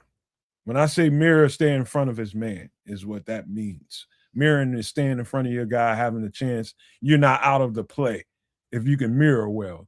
If you can stay in front of a guy, you got a chance to win that rep. next level foot quickness, really good mirror. And I'll just tell you this, and this is just a general statement. If you're an offensive lineman and you're looking to take your game to the next level and prepare yourself for professional football, Boston College is a place I would strongly consider you. I'm telling you, that's somewhere you should strongly consider, because the way they're developing offensive linemen out of that pro style system is really impressive, man. And these linemen are impressive at Boston College. There's a reason why, I don't think it's a bias thing going on with Ryan Poles. I think he just knows that these guys are being trained very, very well. Technically, these guys, I ain't going to tell you they're flawless because they're college players. They're not flawless, but they are very technically sound. This guy is very technically sound. When he makes a mistake, his speed and quickness corrects pretty much everything that he does. When he F's up, he F's up. When I say he doesn't F down. You know what I'm saying? When I say that, you can, it's like you marry up or you can marry down. You know what I mean? This guy, when he F's up, he F's up. And so he can correct his mistakes during the play. That's what foot quickness can do for you. Right hand placement, good technique, and stick to those fundamentals. This guy is really clean to watch. I'm not saying he's perfect, right? Because he does miss at times with his hands, but his foot speed helps him correct it. So that's what I mean when I say he F's up. Very talented football player, makes Ozzie Newsome look like RoboCop as far as athleticism goes. Ozzie Trapillo. I don't know why I keep saying Ozzie Newsome. Thank you, Trip. Okay. I really like what I see here, and while I'm saying that, there's kind of something he does. Like the first thing that mirror that you mentioned, that's really evident, and I'm kind of mad because now I have to watch. I have to find a minute to watch a game. I got to watch a BC game now because I need to see how he conducts himself. Like I need to see him at a loss, right? I need to see a full game. I need to see what it looks like when you know what hits the fan. That's what I need to see. So far, he has a way of taking care of the bend, right? When an edge is bending around him, he pushes them right down into the ground, which is you don't see. I don't know. You see what number he's wearing, don't you, kids? 71. Yeah. Everybody's favorite. Anybody that aspires to be a left tackle loves Trent Williams. Yeah, it's a good. He's a great guy to be looking up to, right? So I mean, emulate all the Trent Williams that you can. He finds a way to get these guys on the ground, and that really shuts down that pass rush case scenario. That's the one thing that really jumps out to me outside of that mirror capability. Foot quickness, you can see it. He'll get out there in the run game if the need be, but as a pass pro, looks really solid, man. So because he's a little bit further back, like you asked me, who asked? BT9? BT9 asked a little bit earlier, would you be surprised on some offense early at pick 89, right, Sarah Collins? Maybe with that fourth rounder, that fourth selection in the that the Bears have. Maybe you look at Drew Bowery or something in and around there. Maybe you trade back a little bit. He's getting traditional old school coach him up from Bill O'Brien. Samo said it. Ex-Texans coach. He's a real butthole, and he is, but good for college football. And technically, that's what he does. That's what he did for Bill. That's what he did for the Super Bowl champion, dynasty, the New England Patriots. Man, he really got that offensive front coached up. And, he's just good at it. He's just good at getting guys where they need to be. I'm pretty sure they probably don't like him. But, you don't go and get yourself ready for what you think you're capable of going to the final level by going somewhere where you're going to get patty cake work. Hmm. You don't. Not if you're real serious about it. You go there and get the training you need, the discipline you need. And if you got to sock a coach in the mouth, you might have to, because some of them are assholes like that. But you take it in stride. If he goes too far, you let him know, man. Hey, man, don't talk to me like that. Oh, snap. But that's the kind of that happens in college, bro, all the time. No, I'm looking at something else now, and it's something Paul Rodriguez has just brought to light that I didn't even clue into. Got 2 knee braces here, man. Man, dude. What are your thoughts every on that? offensive lineman in college wears knee braces. Okay. I don't know why, but that's just a rule they get away with it in college. You can't do that in the NFL unless you have a qualified injury that gives you permission to do it. But like every offensive lineman wears as much as they get rolled up on.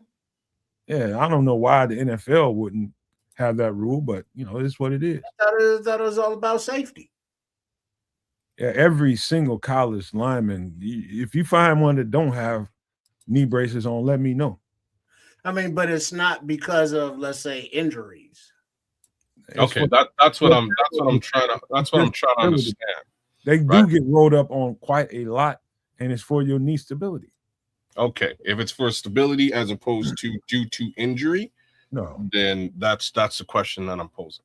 You get rolled up on so much. I don't know why every offensive lineman and on every level doesn't wear them, because they get rolled up on a lot. Okay. Yeah, they need him. I mean, but he's going to be naked. He's going to be without him next year. And so it is legit against the rules for them to wear them if they want to? I think so, man. I think you got to have some kind of qualified injury for it. You don't see him in the NFL. There's a reason why. Unless a guy has some kind of something on the injury report that says you can wear him, I don't see him in the NFL like that.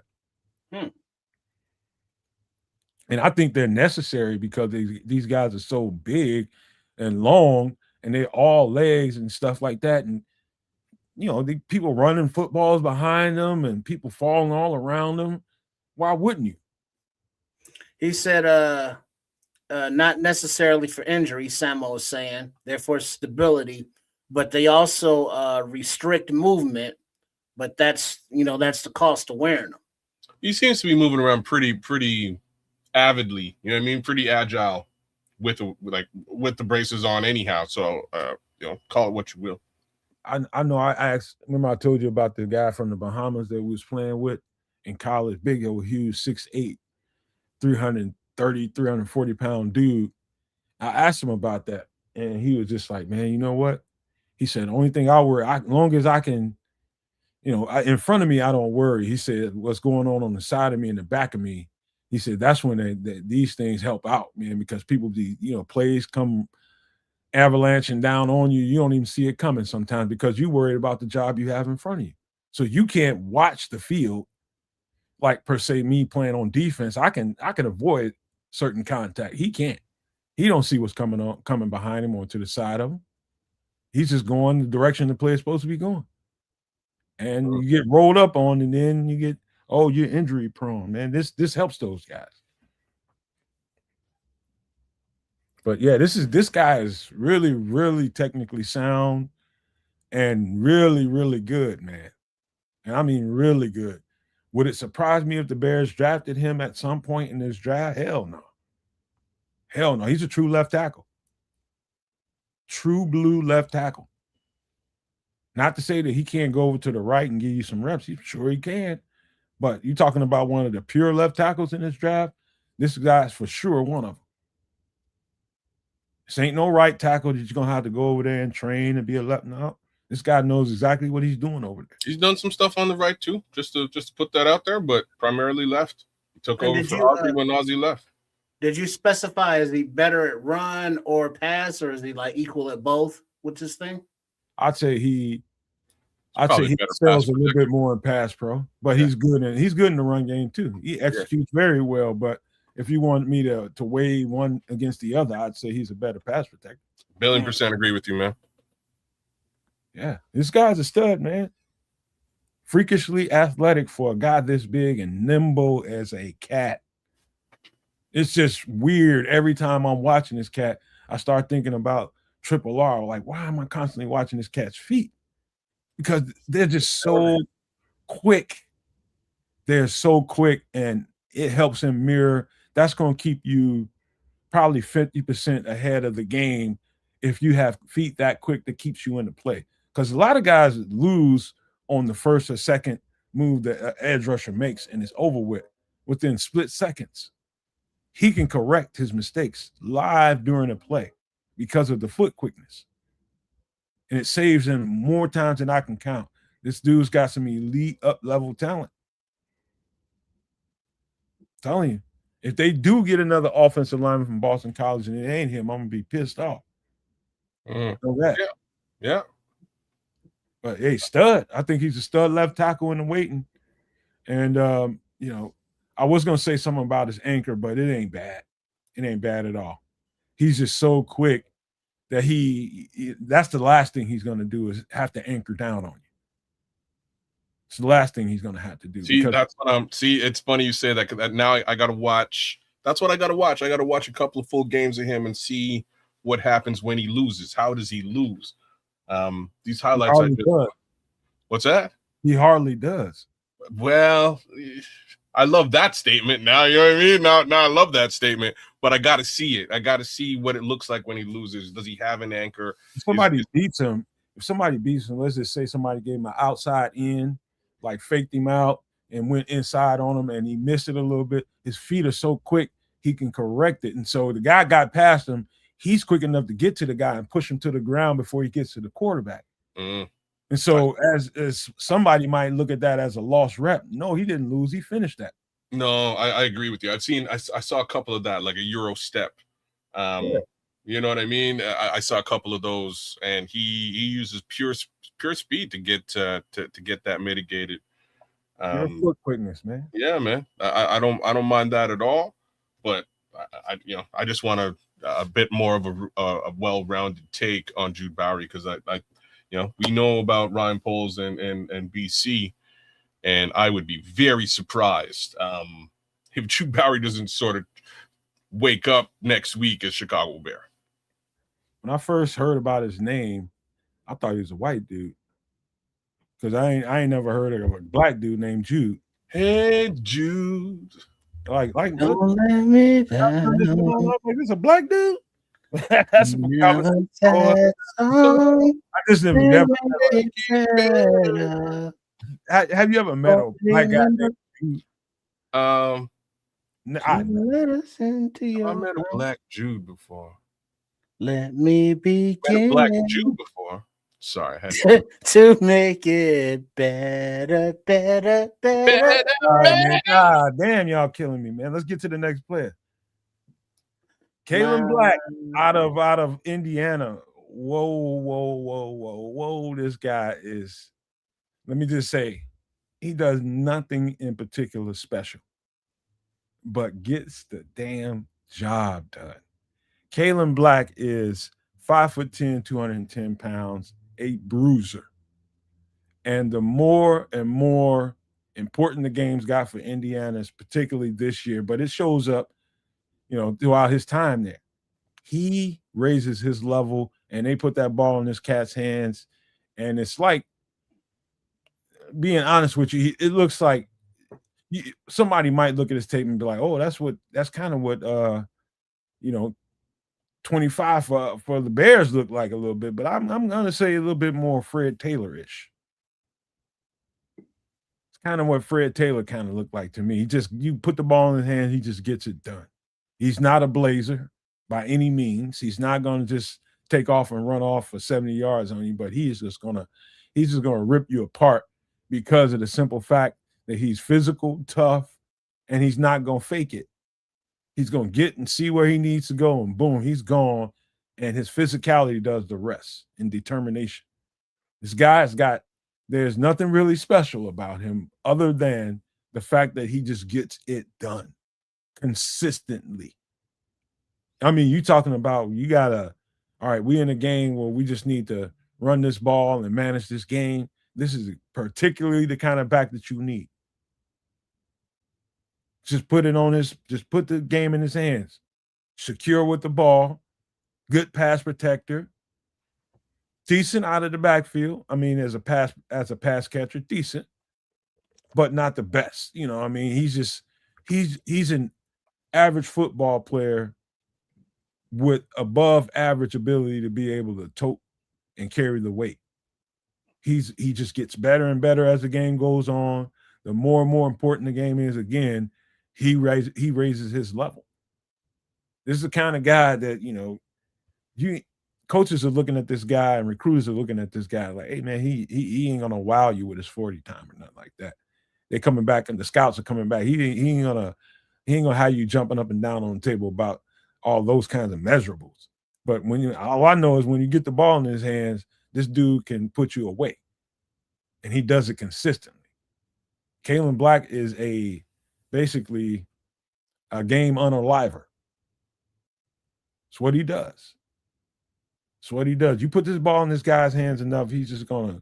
The more and more, he's just gonna put it on his back, and if they have a lead, you ain't coming back. What do you think his 40 time was, since you brought it up? I have no idea. I don't look at it. If you were to guess. About a 4.6, 4.7. Wow. It's funny because that would have been my guess just in looking at him. I don't think anybody going to look at this tape and go, yo, this guy's lightning. You know what I mean? Like, he's fast. He's not. He's going to get caught. 40 time? 4.45. Would you believe that? I don't believe that. You know what I'm saying? Like that's his 40 time. I didn't see it if I saw it on the field, I would. Me too. I never saw it on the field. That is not what I'm seeing, and that's exactly why I asked you this particular question, because this is looking at him. I would have guessed exactly what I would have said 4.65. That would have been my guess, and you guessed exactly, basically the same thing I would have guessed. But no, man, 4.45, which is madness if you ask me. That's not what you guys are going to see if you take a look at his film. Now, I got to say this to you, kids, and I think I heard this somewhere. I didn't know nothing about his numbers, but I do believe he got snubbed for the NFL Combine and ended up having to do a pro day at Indiana. That makes sense. And so at Indiana's pro day timed him at a 4.4 something. That's understandable. Mm-hmm. Now at an NFL Combine, I don't believe this cat's running no damn 4.4 now. So you're saying that the Indiana stopwatch is 20 seconds behind? Hell, I was 6'2" on paper. Shit, I ain't no damn 6'2". Oh snap! I'm with it, because again, that feel free to take a look at this tape, y'all. Wow, there's one run he broke away and nobody caught him. I'm kind of surprised by that. He just doesn't have that kind of breakaway speed, or at least you don't see it when he's playing very frequently, if at all. But yeah, I don't know, man. This is he can tote that mail though, can't he? He's all like, it's all right. Like given he's, for me, not exciting. Without him, they don't win the championship. I agree. You got to have somebody to tote the rock. He will do it. He's got decent enough vision to get the job done. He's hard to bring down because of his sheer size and muscularity. That's the benefit of this particular player. Again, size, muscularity, hard to tackle, hard to bring down. Outside of that, again, for me, from what I've seen from some of these other backs that we've covered thus far, I wouldn't say he would be my preferred selection for the Chicago Bears. But he'd do the job from a north-south perspective. He'd do the job. I just need a horse. I need workhorses back. He's a horse, man. Without a shadow of a doubt. I don't need fireworks. I don't need snap, crackle, and pop. I need you to get the job done. And Kalen Black, if there's a few running backs in this draft that I think are just, you can put it in their hands 30 times and it won't do anything to him. He's just one of those kind of backs. He just gets better and the more volume you give him. Just a strong runner, man. Very strong runner. I would give you that as well. You know, if you really needed a bell cow, I think he could be your bell cow. But he ain't, like I said, he ain't breaking away frequently. He likely will get caught. But as a you know, in another on another note, he might also he might also truck a guy into this into the dirt. He's so reminding me of Fred Taylor, but without all the juke. Fred did a lot of juking. This guy does a whole lot less juking. It's a good comparison, man. He doesn't have that. I don't see that juke or that jump cut that we've seen with many of the other guys. He's really straight line. I'll run you over or just make it so that you can't bring me down. But believe it or not, kids, that's what they were trying to get to in Chicago with Ben Johnson and Eric Bieniemy, because if you get to thinking about what DeAndre Swift was before Ben Johnson got here, he would do a lot of that juking and jump cutting and doing all that kind of stuff. Then all of a sudden, they would just tell I can see the difference in him this year versus last year. He'd put that ball in his hands and get north-south as fast as possible. You get one cut, get your ass up the field. That's what a traditional West Coast scheme offensive line is coached to do. Get that lane open really fast, get that running back up. You get one cut, you get one move and get north. That's the way they coach it. And DeAndre Swift was a different running back this year because of what they was asking him to do. But it's not just that's why Kalen Black would fit here. It's not just what they're asking him to do.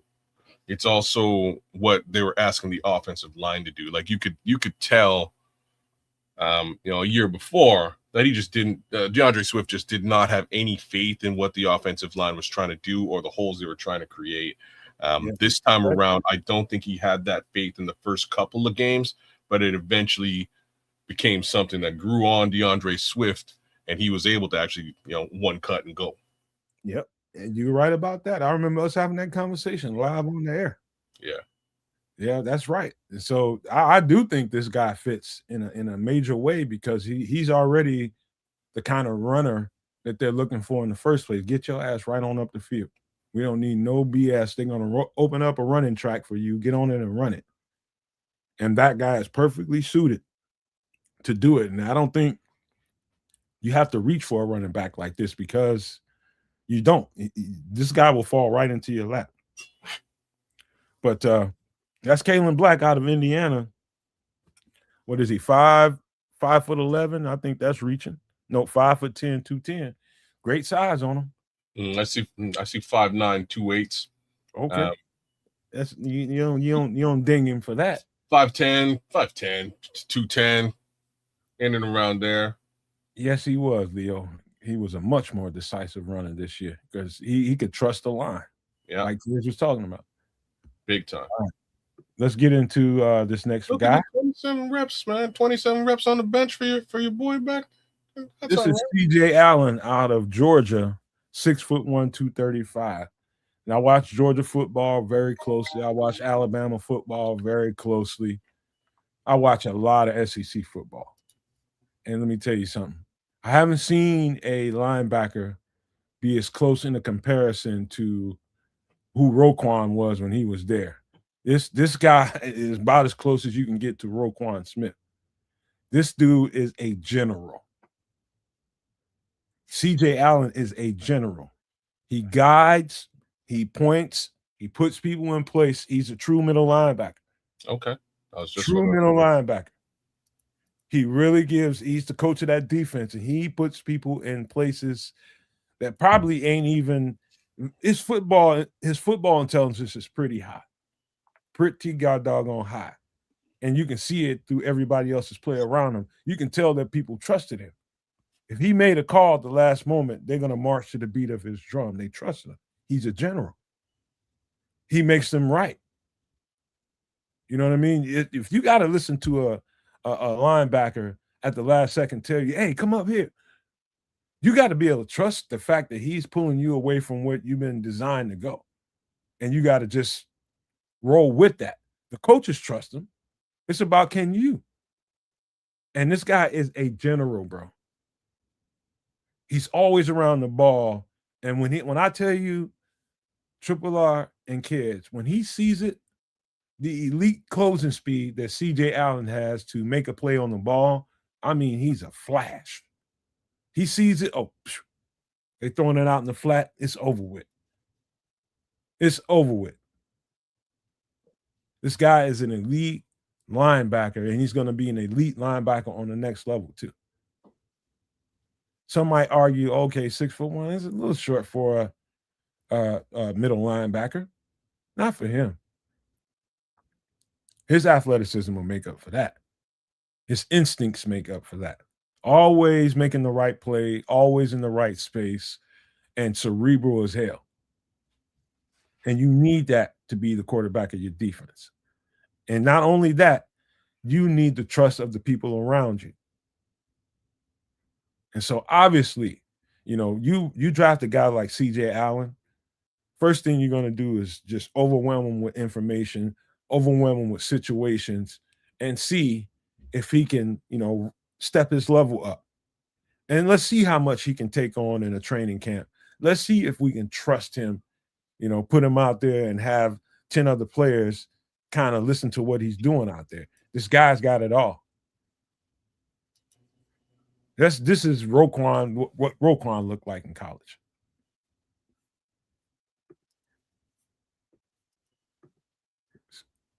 Dead space, kids. What are you looking at?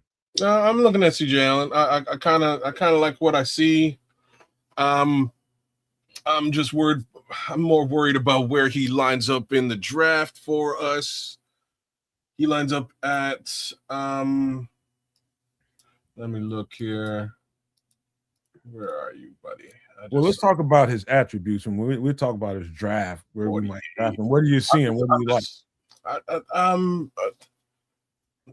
I like him across the board. Really good football IQ, and you're right. You kind of nailed it with respect to him directing traffic. He's putting people in the right positions to be successful, including himself. And everybody needs that. You know what I'm saying? Like everybody needs that out of a linebacker, out of an MLB. We could use some leadership in that position, but I don't know. I don't know. I kind of expect the Bears to make some sort of a selection at the LB. That's Sam. That's my worry, bro. You know what I'm saying? That's my worry. Is like, where does he fall? I see him falling in and around selection 48 as well. There's a couple of linebackers right in that realm. Kyle Lewis. There's a few guys right around that area. I just don't know who you select, right? And they're all good. Like if we're talking about a second round linebacker, again, I wouldn't be mad at the Bears for doing it, although we just grabbed one in free agency.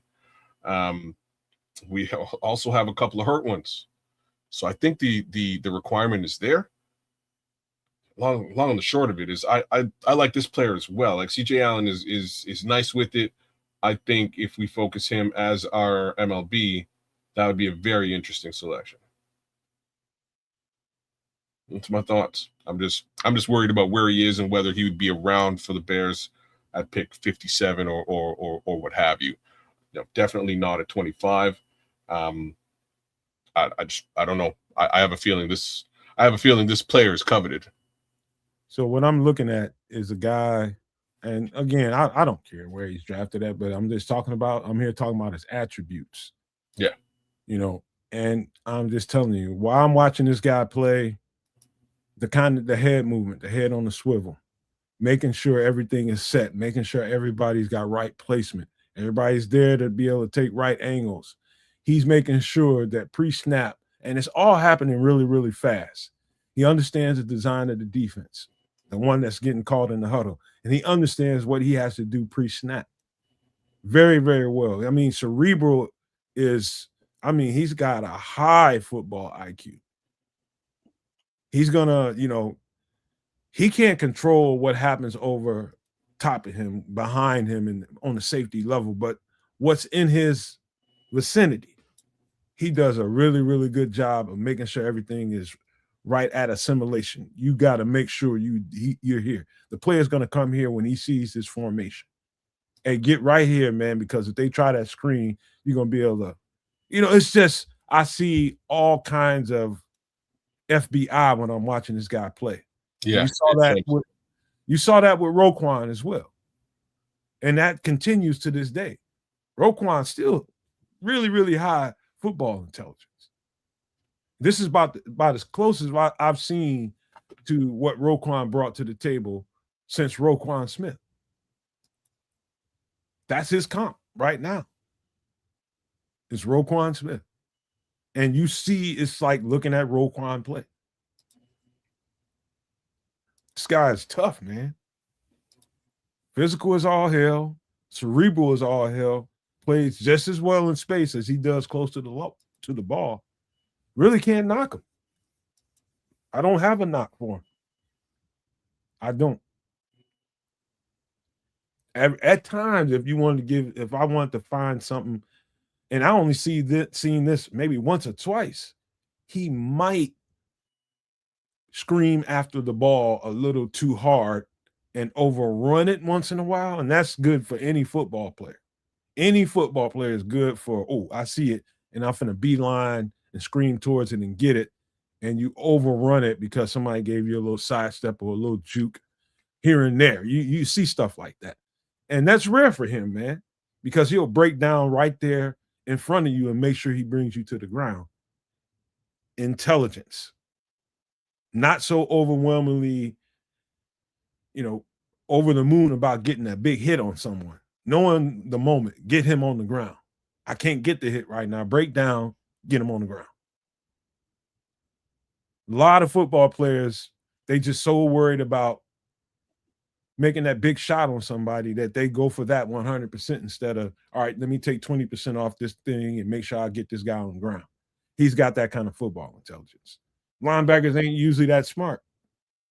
Just being honest. They ain't.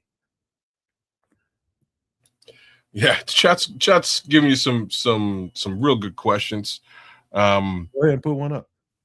So here's the one that kind of hit me. Would you put him in the category with the safeties and top edges in the first round? I do think he's you talking about player for player. We talking about value now. We're talking about best player available. You know what I mean? He's right there with the best players available. He's right there with them. And even though his linebacker ain't his a position of high value right now. That was my next question. Okay, continue. That's why I said value, but I do think his caliber of play is right there with the best players in this draft. And I don't care if he's a linebacker. He's just up there with them. But will he get drafted to their caliber? Probably not. Okay. All right. He's a general, man. This is a field general right here. I think we do need that in some capacity, but I'm with you. I'm just worried about where he is, and again, overall value at the position. Do we really need a linebacker to that degree? I feel like we do need a linebacker. I'm just not sure if we need it in the first and or even second round. Trust me, he's high on the list in Chicago. Trust me, he's one of them dudes, man. When a good defense is only bound by great linebacker play that can maintain and manage the trenches. You got to have a cerebral guy in the box, and a guy that ain't gonna shy away from the physical contact that comes with it. He's both of those and a bag of chips. Okay. He's really good, man. Well, that's C.J. Allen out of Georgia, 6'1", 235. We got two more players to get to, and we done. Okay. This is Jaheim White, running back out of West Virginia. He is 5'9", 190 pounds, and I'm just gonna say this right off the top before you start looking at them kids, and I'll say this, and I believe this. Although he's a really good running back, I do think this guy is gonna make for a bomb ass slot receiver.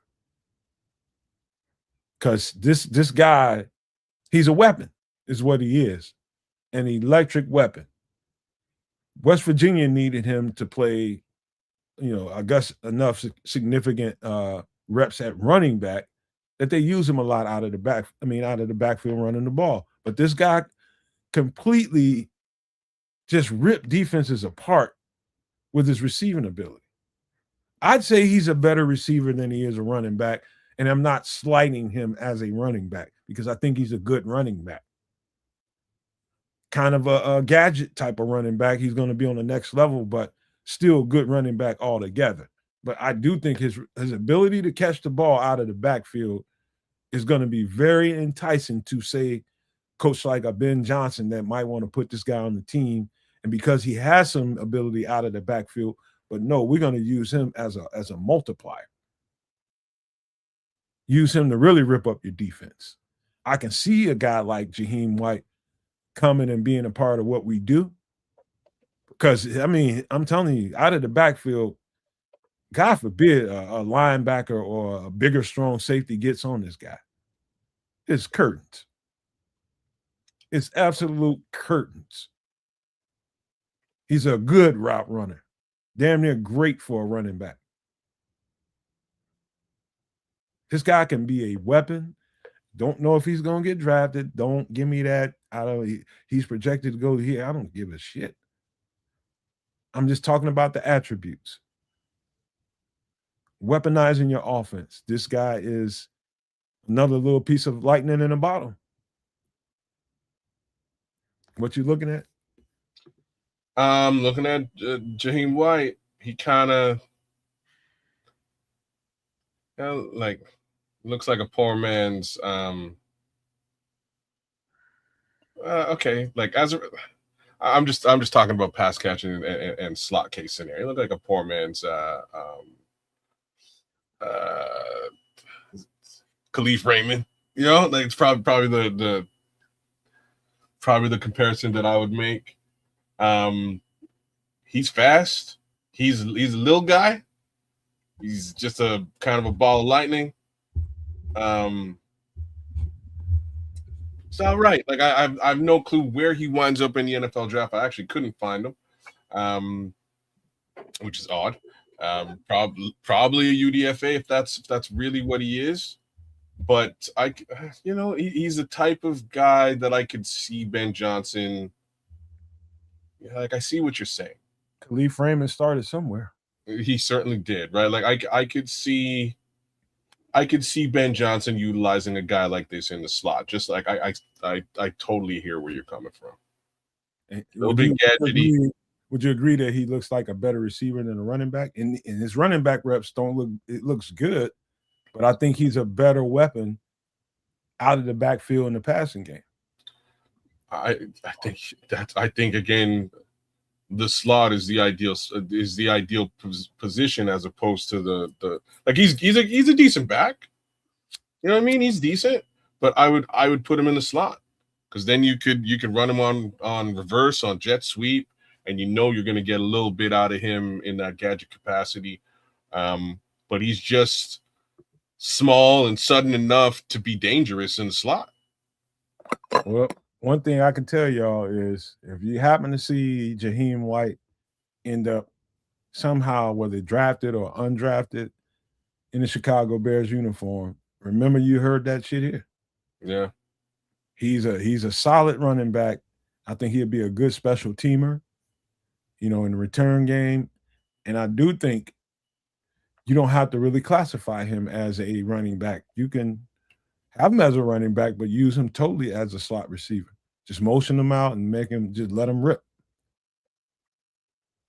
And this is that simple. It doesn't have to be complicated, but he can be a weapon. He just tortures people when he is in the route tree. He just tortures people. Yeah, I would classify him as a weapon as well. That's exactly what I would call him. All right, that's Jaheim White. from West Virginia, 5'9", 190. I CJ think Whiteboy says Jaheim is his brother. CJ Whiteboy, stop clowning. All right. Let's get to the last guy, man. One last guy to get to before we get into this mock draft. Hey, FFG. Well, yeah, I saw FFG. What up, man? This is LT Overton out of Alabama. This guy is 6'5", 6'6", 280 pounds legit. Let me start off this by saying this. He's got some fairly long arms. A lot of big fellas, big guys, aren't necessarily true big guys. If you understand, I'm going to explain myself a little bit. Some of the big guys, even in this draft, are bloated big guys. They aren't natural. As soon as I see a guy out of uniform, I can see if this guy has been, he's had to work his behind off to get to a certain size. I can see it. No, this is a real big man. This is a real natural big man. The 280 is so natural on him. It's natural. And he can move with it. I'm talking about football speed. I did actually look at his he was one of the I looked at a few guys 40s during the combines, and I'm always looking at big dudes. This guy ran about a 4.8, but that's kind of fast for a dude 280 pounds. He can, his football speed is there. Short area quickness is there. His ability to rush the passer has got a lot of upside. A lot of upside.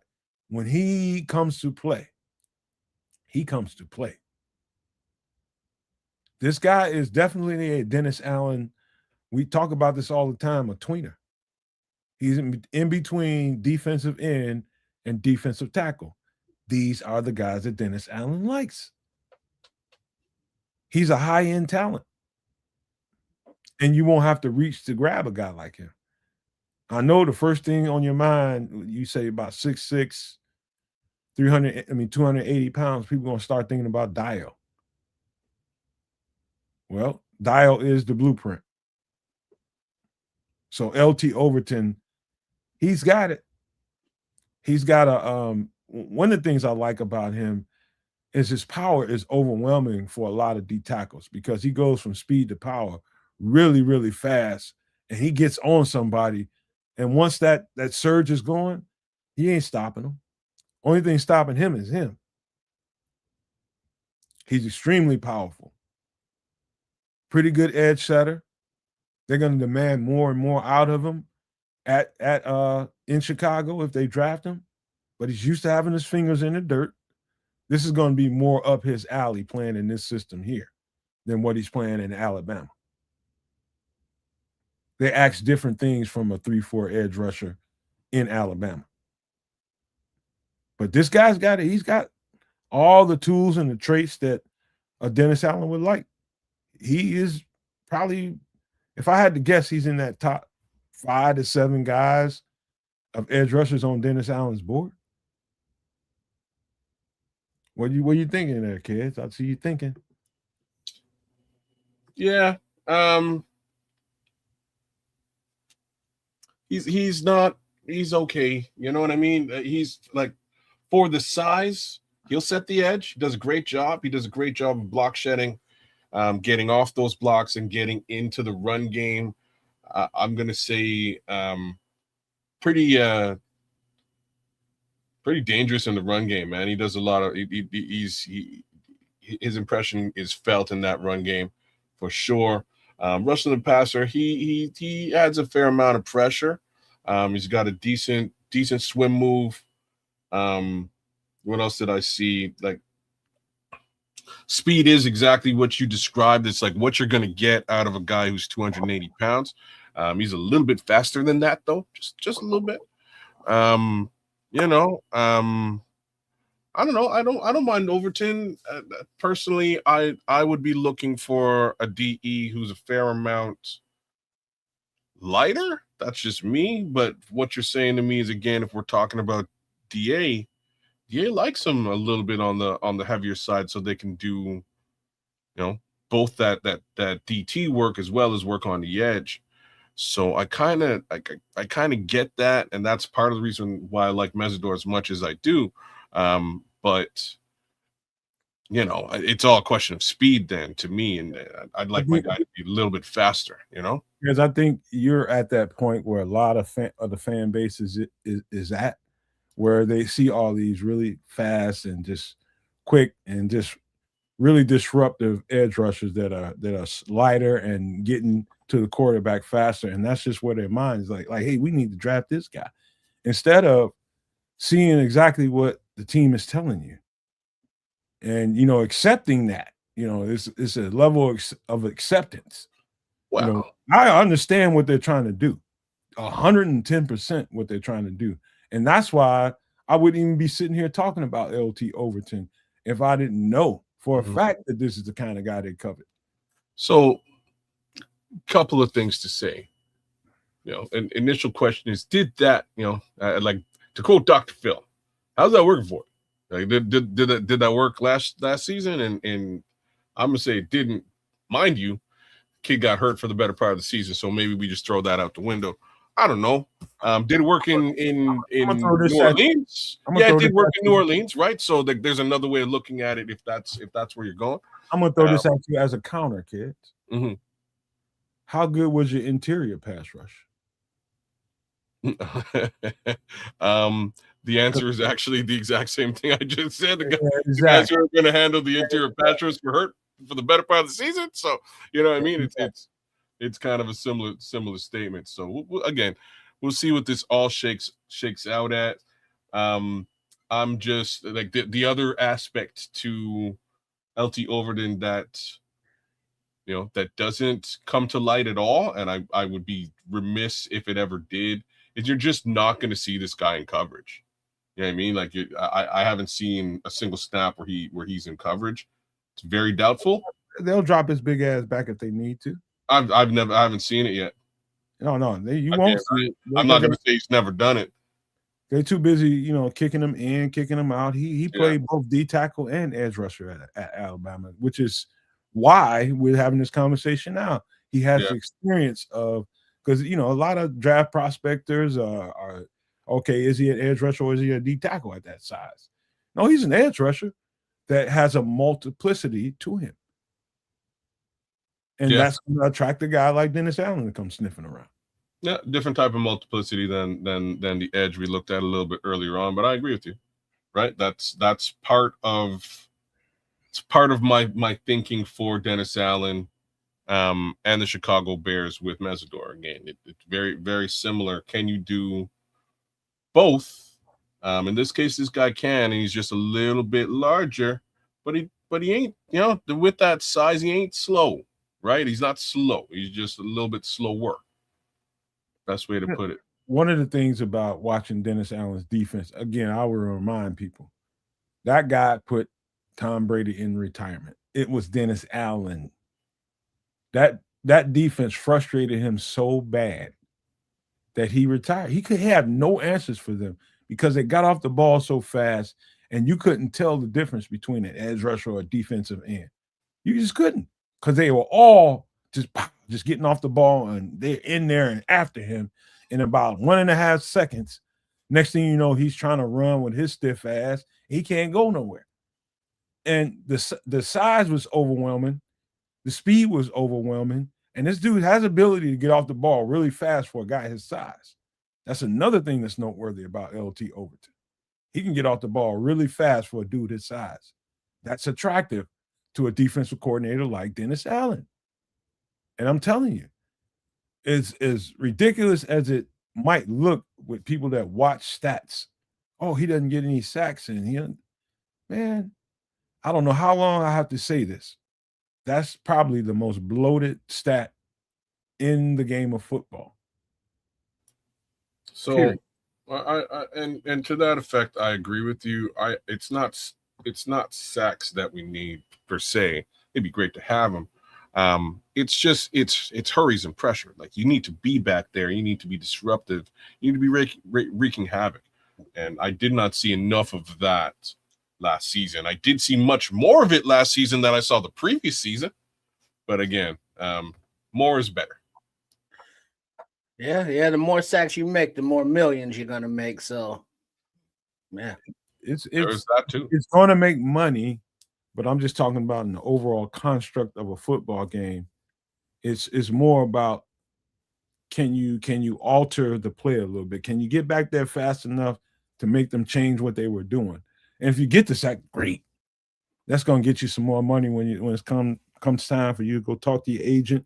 Agent goes and talks to the GM. Can't deny those sacks. Got to give them some money.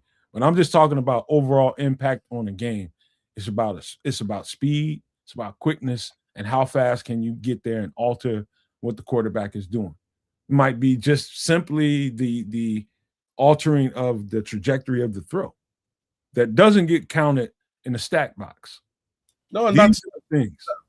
that's why I'm saying hurries and pressure, right? That's actually exactly what you want, because that creates much of what you were discussing the other day, and that's that creates those turnovers, that creates situations where the secondary can really shine.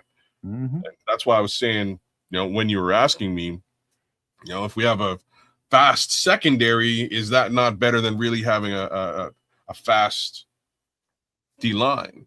And I had to sort of say, I don't know. You kind of want both, right? You kind of want to have that pressure, that hurry to create those turnovers, those takeaways. Kids, you know what I think we were looking at last year all the time? In the very early part of it, and all the questions you just asked, is it better to have a faster secondary? Is it better to have a quicker front? All this kind of stuff. I think all of that was question marks, and Dennis Allen did not know. I'm talking about through about 4 games. He did not know. And the only way you're going to know is put him out there and see what you got to do. See what you can do. And I think post those 4 games, I think he knew. And he just played with the talent that he had, and this is what we're going to have to do to adjust. That's what I think we were watching. And so Crimson just asked a question. He didn't ask a question. He just said he'd be very interested in seeing what DA's defense looks like in year 2. Me as well, because when you're you're gifted the job, but you're also almost burdened with the talent that you did not select overall. He had a bunch of dudes that he's just trying to fit here and fit there and play with, instead of the guys that it took him, several years to put together and accumulate in those great New Orleans defenses. And that's what he's doing right now, overhauling it to an extent, getting it to look like a Dennis Allen defense. Speed mixed with power equals results to me. And that's just, to me, that's what he's doing. Makes sense. So this is LT Overton. Look at his tape and come away with it with what you will. But I think he's definitely, because he's a tweener and because of some of his strong attributes, I do think this is a guy that they would love to get their hands on and see what we can do with development in Chicago, man. He's got all it takes. But that's it, man. That's it for the breakdowns today. Anything, Triple R, because you was the most quiet? Anything you see or anything you questioning about? No, I'm good. That was easy. I'm sorry you had to be so quiet there, but I appreciate it. No, whatever. I mean, like I say, anybody intriguing to you? I mean, they all are for their certain aspects. It's like, all right, as long as you got, the overall attributes of the speed and I think the production, everybody that you talked about, were able to make a difference on their teams and stand out enough to be featured. So, whoever, Ryan Poles and crew, as I said before, whoever they draft, hey, I'm all about it, until they prove that they can or can't play. So out of the ones wrapping up with tonight, it's a good, look, offense and defense, because we still don't know which way we're going to go in either round. We saw some top guys off the board. We saw some possible UDFAs. I got no horse in this race. Let's put it that way. So whoever we pick, it's all good.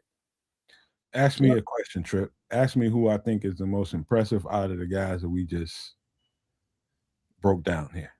Well, out of the breakdowns of tonight, Nomad, who was the most impressive to you? Neck and neck tie. CJ Allen and Emmanuel McNeil Warren. All right, so Equally, safety, two upper guys. Equally impressive in their own rights. Okay, well, that kind of brings us to our next segment, right? Nomad, you got anything else before the draft stuff? Yeah, don't. I'm not doing the board, man, because I got to pop out for a minute. Okay, well, that was kind of a big part of the draft stuff, but we'll work around it. Right. I'll take over, man. Kez, help out with the chat a little bit. I'll be right back. Cool. Yeah. All right, so guess we'll just audible and go to that. You know what I'm saying? Since we are not gonna do that right now, and let's see. So we'll change to this, and then we'll do this. You know, I can do things on the fly. You know, I'm good like that. That's what they call being dynamic. Hey, that's my middle motherfucking name. Rolling with said punches as they come. But yeah, rolling. I like Emmanuel Warren as well. CJ Allen looked decent, but again, I just don't know about that linebacker thing. You know, I'm in a different headspace for this here draft, guys. I gotta say it as a whole as far as the Bears is concerned. You know, we're talking a lot last week about what my sensibilities are. I have my own sensibilities about this thing, but they don't matter. Mm-hmm. You know what I mean? I'm gonna let these guys do what they're gonna do. I think they're in a very weird position this time around.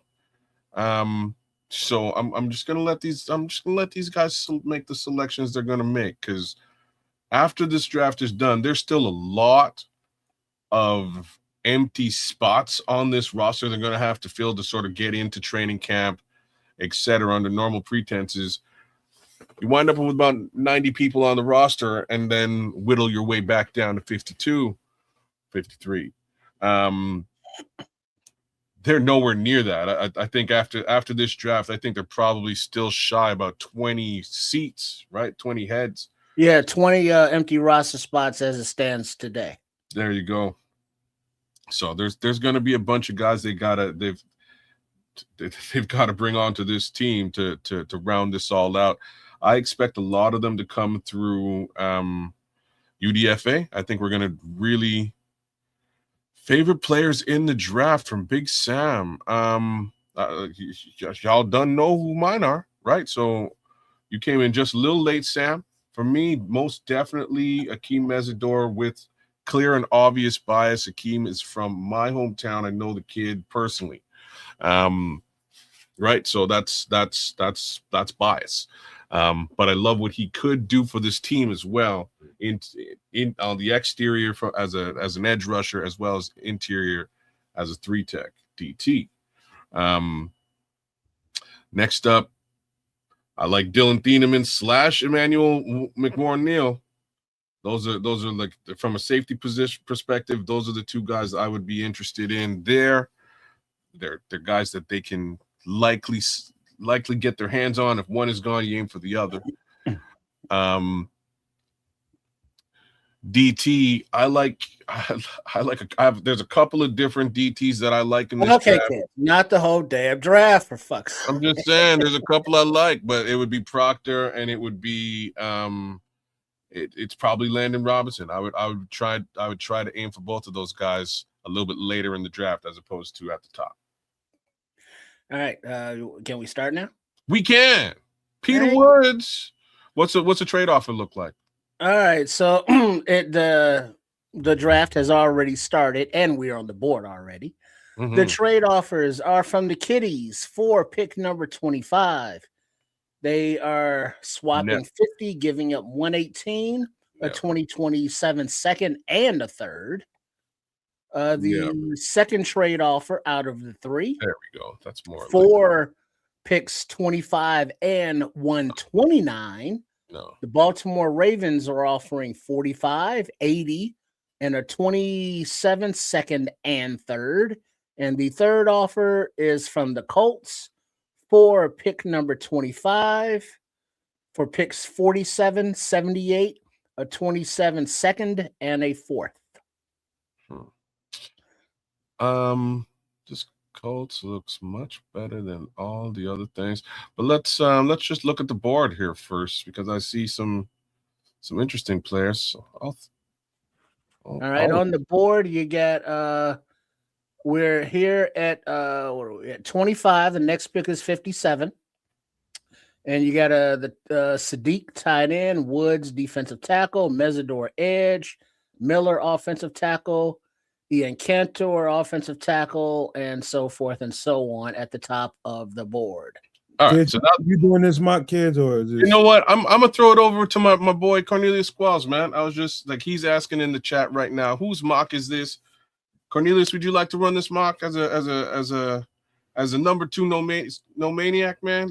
Let me know in the chat, and we'll get this thing rolling. Because I'll tell you all right now, y'all know what I would be doing right here. So we'll make that. All right, is Cornelius doing this thing? He said Akeem Mesidor. All right, Cornelius Squalls is selecting Akeem Mesidor, much like I would be doing. So there's that. Yeah, this already sucks. Oh, why? Oh, because he's old, man. I'm sorry. Well, there's that.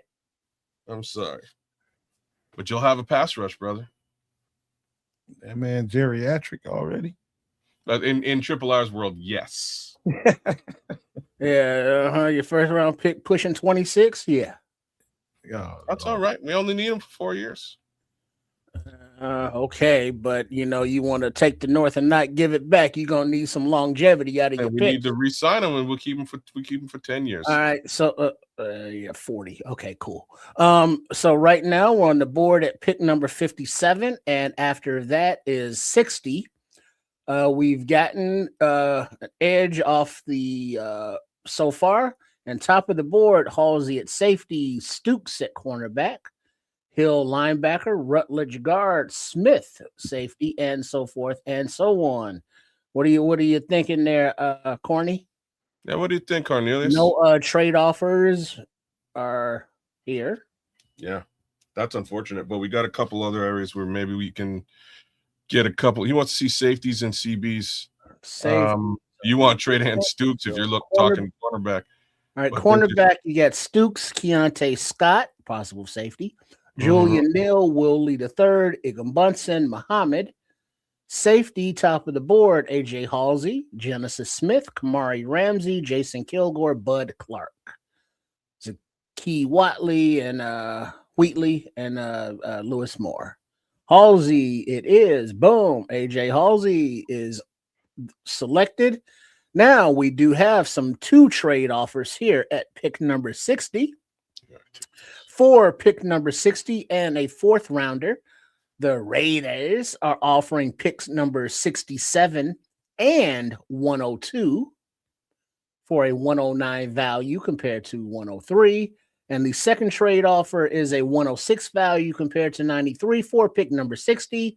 And the 6th round pick in 27, the Carolina Panthers are offering pick 83, 119, and a 2027 third.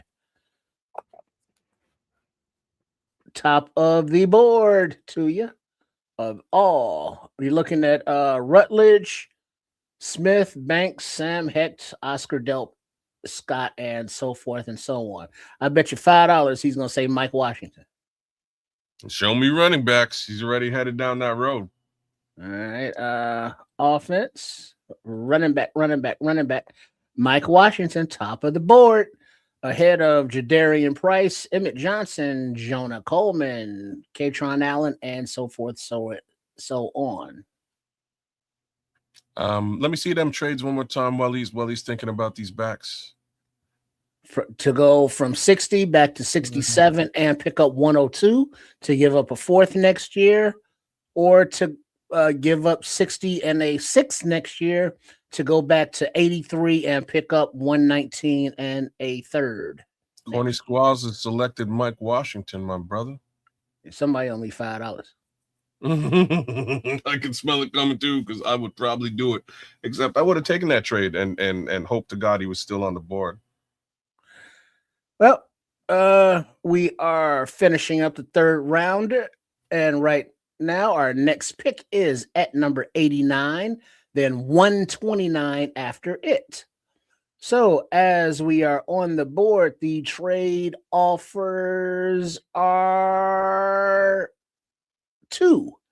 For pick number 89, New England will give you 95 and a 6-rounder next year. And for pick 89 and a 6-rounder next year, Minnesota is offering 97, 163, and a 5th-rounder.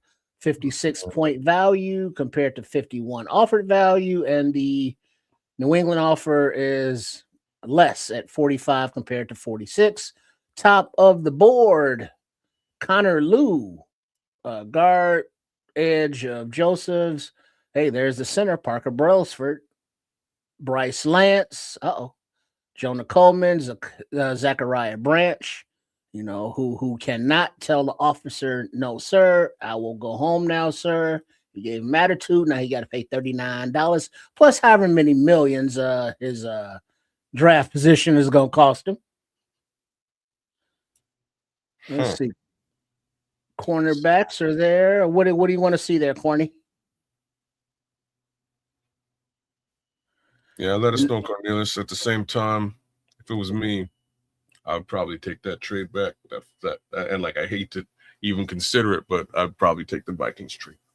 Well, yeah, because right now you're on pick 89. The next one's 129, leaving you 239 and 241. And the Vikings trade is you pick up 97, so you move back 8 spots, and you pick up 163. Yeah, I think with 163, you might be able to see what do I have left. I think with 163, you can target, or 129, you can target you can target Proctor. So that's what you got left right there. Yeah. So you got 2 more in the top 150. After that, you're into 2 7th rounders. But, I like Bryce Lance here too. Let's see, wide receiver. I don't know if you're looking for Lance specifically, but Lance is the top receiver on the board. So he's saying take the Vikings trade. Okay. Vikings trade back to 97, accepted. And then Sutton, Thompson, Josephs, Brailsford, Wheatley, Bud Clark, Claiborne. And now Bryce Lance is still on the board, but you have one trade offer from Matt Ryan with his assistant Ian Cunningham. Want pick 97, and they will give 122 and a 4th. And you're losing a point on value. No, he needs to give us a third rounder for this year and a 3rd rounder for next year, and it's a done deal. But all right, so we are. I'm sorry, not we, but 97 right now. Bryce Lance is the top of the board, ranked at 83. Another $5 says he doubling down. Push it, let it ride. Not push, but let it ride. Right terminology. He's going with Bryce Lance. That's a good catch. Let's look at his look at what he's selected so far. So Keem, the Dream, AJ Halsey at safety, Mike Wash, running back. Yeah, that's where I was probably going to point you to. Let's look at these defensive tackles and see what we got. I like Daryl Jackson. There's your Caleb Proctor right there, Cornelius. Yeah, you probably want to do that. Get your Landon Robinson at 139-ish. I would probably do. Those would probably be my 2 next selections, actually. Gotta say it. Mesidor could be a DT. That is true. That is true. I mean, you can always flip Mesidor in and out on different downs. And that's why I like him. And Scrolls, for you were asking who loses snaps. I don't think anybody loses snaps because, again, you could use Akeem at DT and line him up beside Booker and play all three of these guys in pass rush situations. Any other position groups to look at, Corny? Caleb Proctor is the choice, and boom, there it is. All right, so you've selected an edge, a safety, a running back, and a defensive tackle. And you got 4 more picks, barring any trades. As we close out the 4th round, the draft ticks on. Let's see, there goes Jude Bowery. Yeah. Make sure for the live and direct event, which is coming up in a scant few days, Thursday night, the Nomad Network, Kids the Canuck, and Sports Chicago Style, also known as Triple RSCS, will be live and direct all draft weekend for every pick. Mango will be the word to let you know to shut the hell up and pay attention.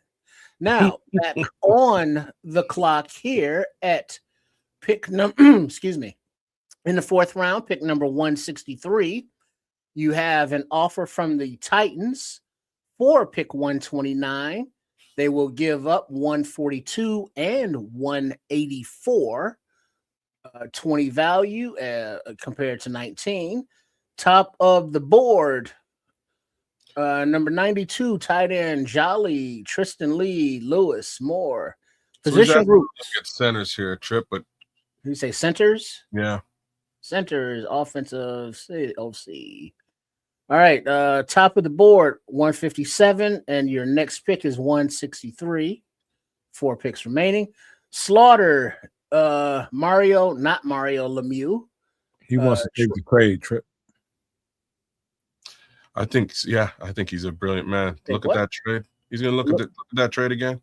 That's not our GM. Oh, that's Scrolls. Look at the trade again, though. Yeah. So cool. This is a real good trade. I have to agree with Scrolls. It would put you in a position to get the center of note. I think Trey Zune is probably your best look here at center. Let's look at all.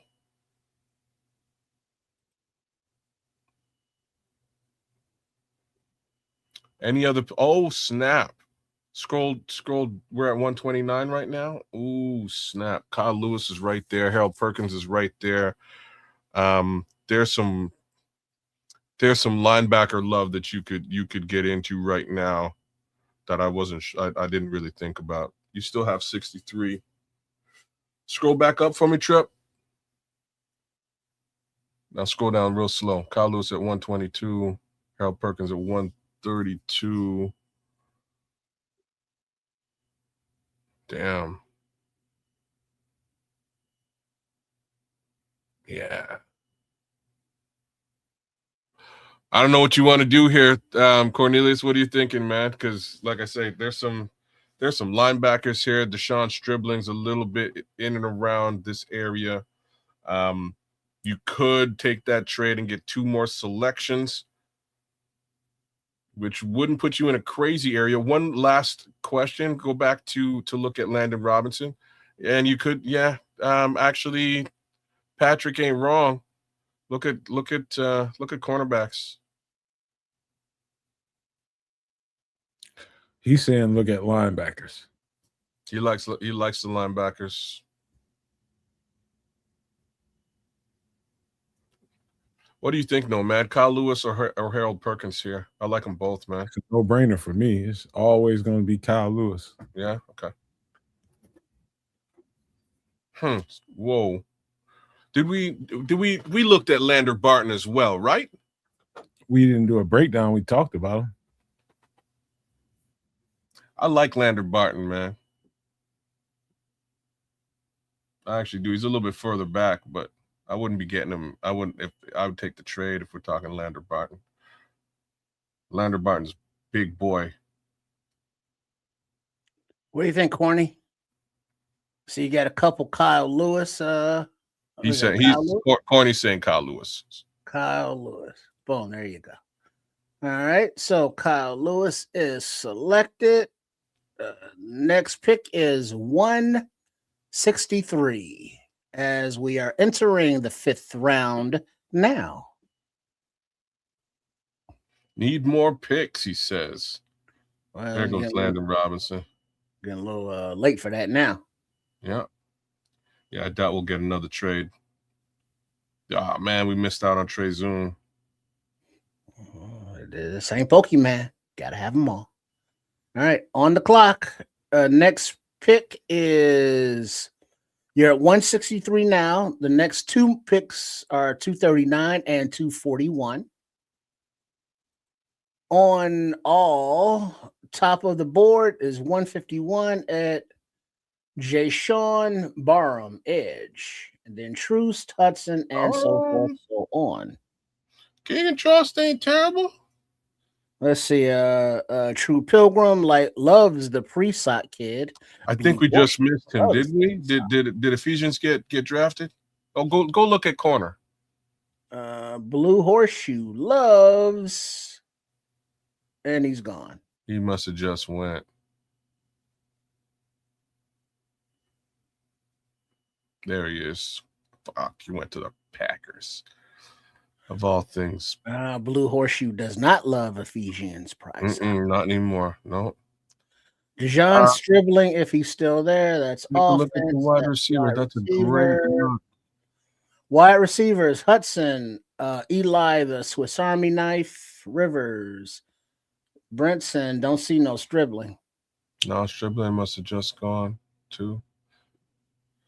Let's see. You say Stribling? Not just gone. A little ways before that. There he is. Just before your last pick. Yeah, just 131, way up there. After right after you took Lewis. Yeah. All right.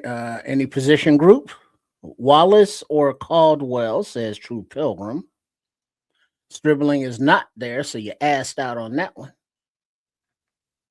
Top of the board, wide receiver wise, if I can get up there. Let's go back to corner. Is Jordan Hudson, and then Heinrich Corner is on defense. And that's CB. There you go.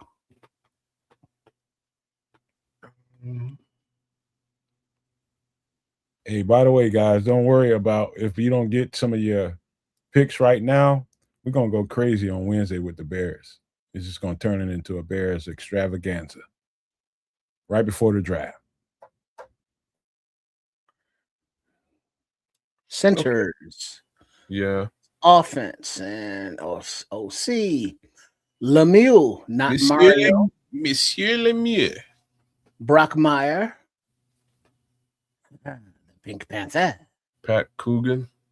Oh, yeah. Okay. Well, that's what I would do here, though. What, Coogan? No, I'd pick the young Olin Krut's son, Josh, with the final pick and address center that way. That would be my thoughts there. Considering we're at this point in the draft, and I'm not really sure about these remaining centers. Go back to all. And just scroll down real slow. I like Keegan Trost if you're thinking about a left tackle. I like Taylor Green if you want some quarterback love. Max Llewellyn on edge ain't terrible. Oh, snap. I bet you he's available too before we go too far. Eli Heidenreich's a good look. There's my boy, Ndame Tucker. Way down here? Damn. Yeah, man. There's my boy. But we've already selected an edge rusher.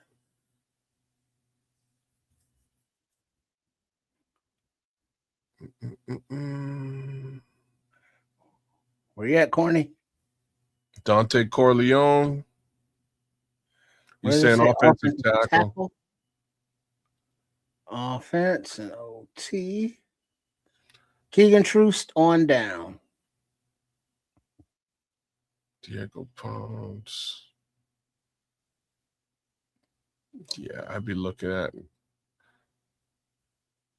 What do you think of Keegan Trust? No, man. Markel Bell. Who's Markel Bell? Is that a tackle? I think he should be the number 1 selection here. But I don't see no Markel Bell. Markel Bell is there somewhere. He might have gone earlier, to be honest with you. Tackle out of Miami. He's a right tackle.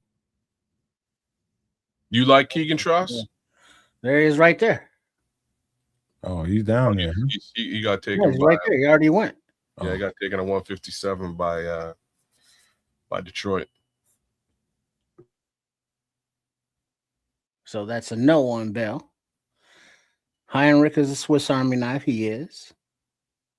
Let's see. Patrick is saying Pounds or Willis. What you talking about?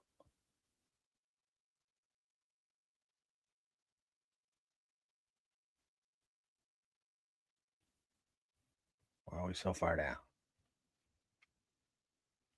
Yeah, they're right at the top of the OT. Wait, what are we looking for? Anything in particular? OT. If you're talking about Pounds, there's Diego Pounds and Carver Willis. Yeah, those two. Okay. Yeah, I personally here, I like Trust. That might be my selection. DT. Yeah, you ain't picking. You want to see DT. Oh, yeah, good call. DTs. So K-Part's nice. Corleone's nice. Yeah, man. I'd probably who's the other late round DT there that we really like, Nomad? Hey, hold on. Trip, just slow down just a little bit on the scrolling, just so you can get a good eye on what you got here. Who's the other late rounder, Nomad? Do you remember? As far as what kind of DT, a 3-tech or he was a 3-tech, small bowling ball. Braden Jarrett. That was let me look at my list here. That was probably Skylar Gil Howard. Skylar Gil Howard. I think it's Skylar Gil Howard. There he is, right there, 320. You can get him at the end of the draft. Jeffrey Imba is tough too, but that's for another breakdown. I hope I get time to talk about him.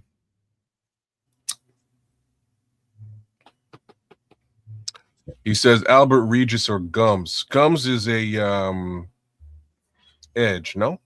Yeah, Gums is an edge. Albert Regis is a nose.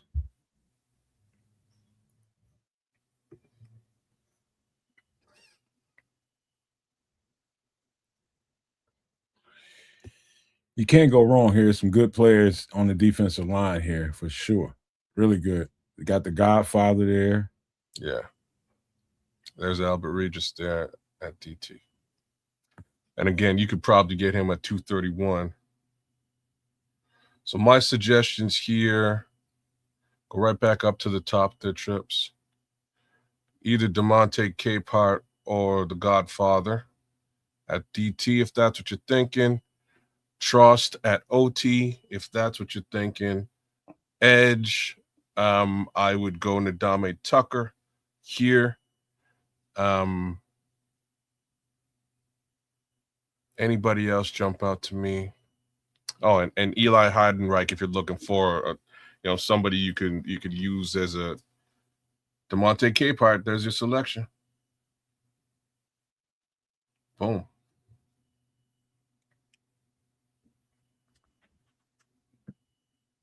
And we're going right into 239. Yeah, there's two more picks, 239, like 241. Yeah. Monsieur Lemieux. So we're into the 6th round now, and watch the names go off the board. Here goes my boy Ndame Tucker. That was Barton. Lemieux, Heinrich.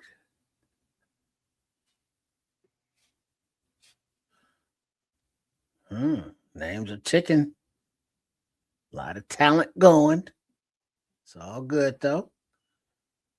You got 2 more picks in the bank. We're almost there. Yeah. You're in the 7th rounder, so right at the end here. Oh, man, John Michael Gillenborg is a solid TE in and around this area. All right, you are on the board with pick 239, and for 239 and 241, the Broncos want to give you 246 and 248, so you'll be going back twice. Yeah, that's a useless ass trade. No, what do you want to do that for? Red Murdoch. Did we get a linebacker? Yeah, we did. Kyle Lewis. That's not a bad look. Who else we got? Oh, is it tight end? Okay. Nowakowski, Nomad Thoughts, and Seydou Traore. Those would be the two that jump What kind of tight end are you looking for? Good point. To consider a replacement for Smythe. So you need an inline tight end. Yeah. Oh, that's several guys. Nowakowski can play that role. Let me go here. Villari is another guy that can play that role. Go down a little bit more, Triple R. Slow down. RJ Maryland is kind of a move tight end, but can also play inside, but very, very talented. RJ Maryland is very talented. You said, who's that? Ryan? Carson Ryan. Carson Ryan. Carson Ryan. Yeah, this guy from BYU. 6'4", 250 from Utah. He is there. Now, you want him? No, you can get him next. I mean, you got 2 picks. This Ryan, he's gonna be there for you. He's ranked way down there. So do you want to get him now, or is there somebody up higher that you want? He just wants to look at him and see if a tight end is worth a pick right now. He wants to get him. Oh, okay. Okay. What is that? Carson Ryan? Where did he go? Tight end. I'm still on tight end, so that might help. There he is. Yep. There you go. Now you're back on the clock. Oh, how do we miss out on Pat Coogan? That was kind of we slept on that. Yeah, by one. Missed it by that much. That much. Yeah, we probably should have taken Pat Coogan there. Yeah, what else? All right, so you're back at all top of the board. Jamarion Miller. Let's look at centers. Oh, now you want to look at center. You know what I mean? There's Josh Kreutz there. All right. I guess Pat Coogan must have fell quite a bit.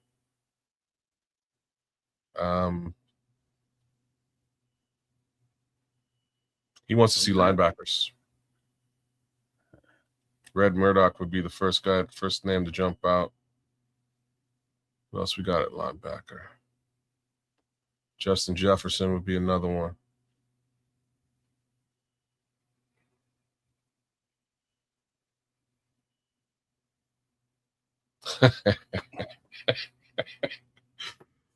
Scrolls. Bears GM Cornelius Squalls has been fired, per Adam Schefter.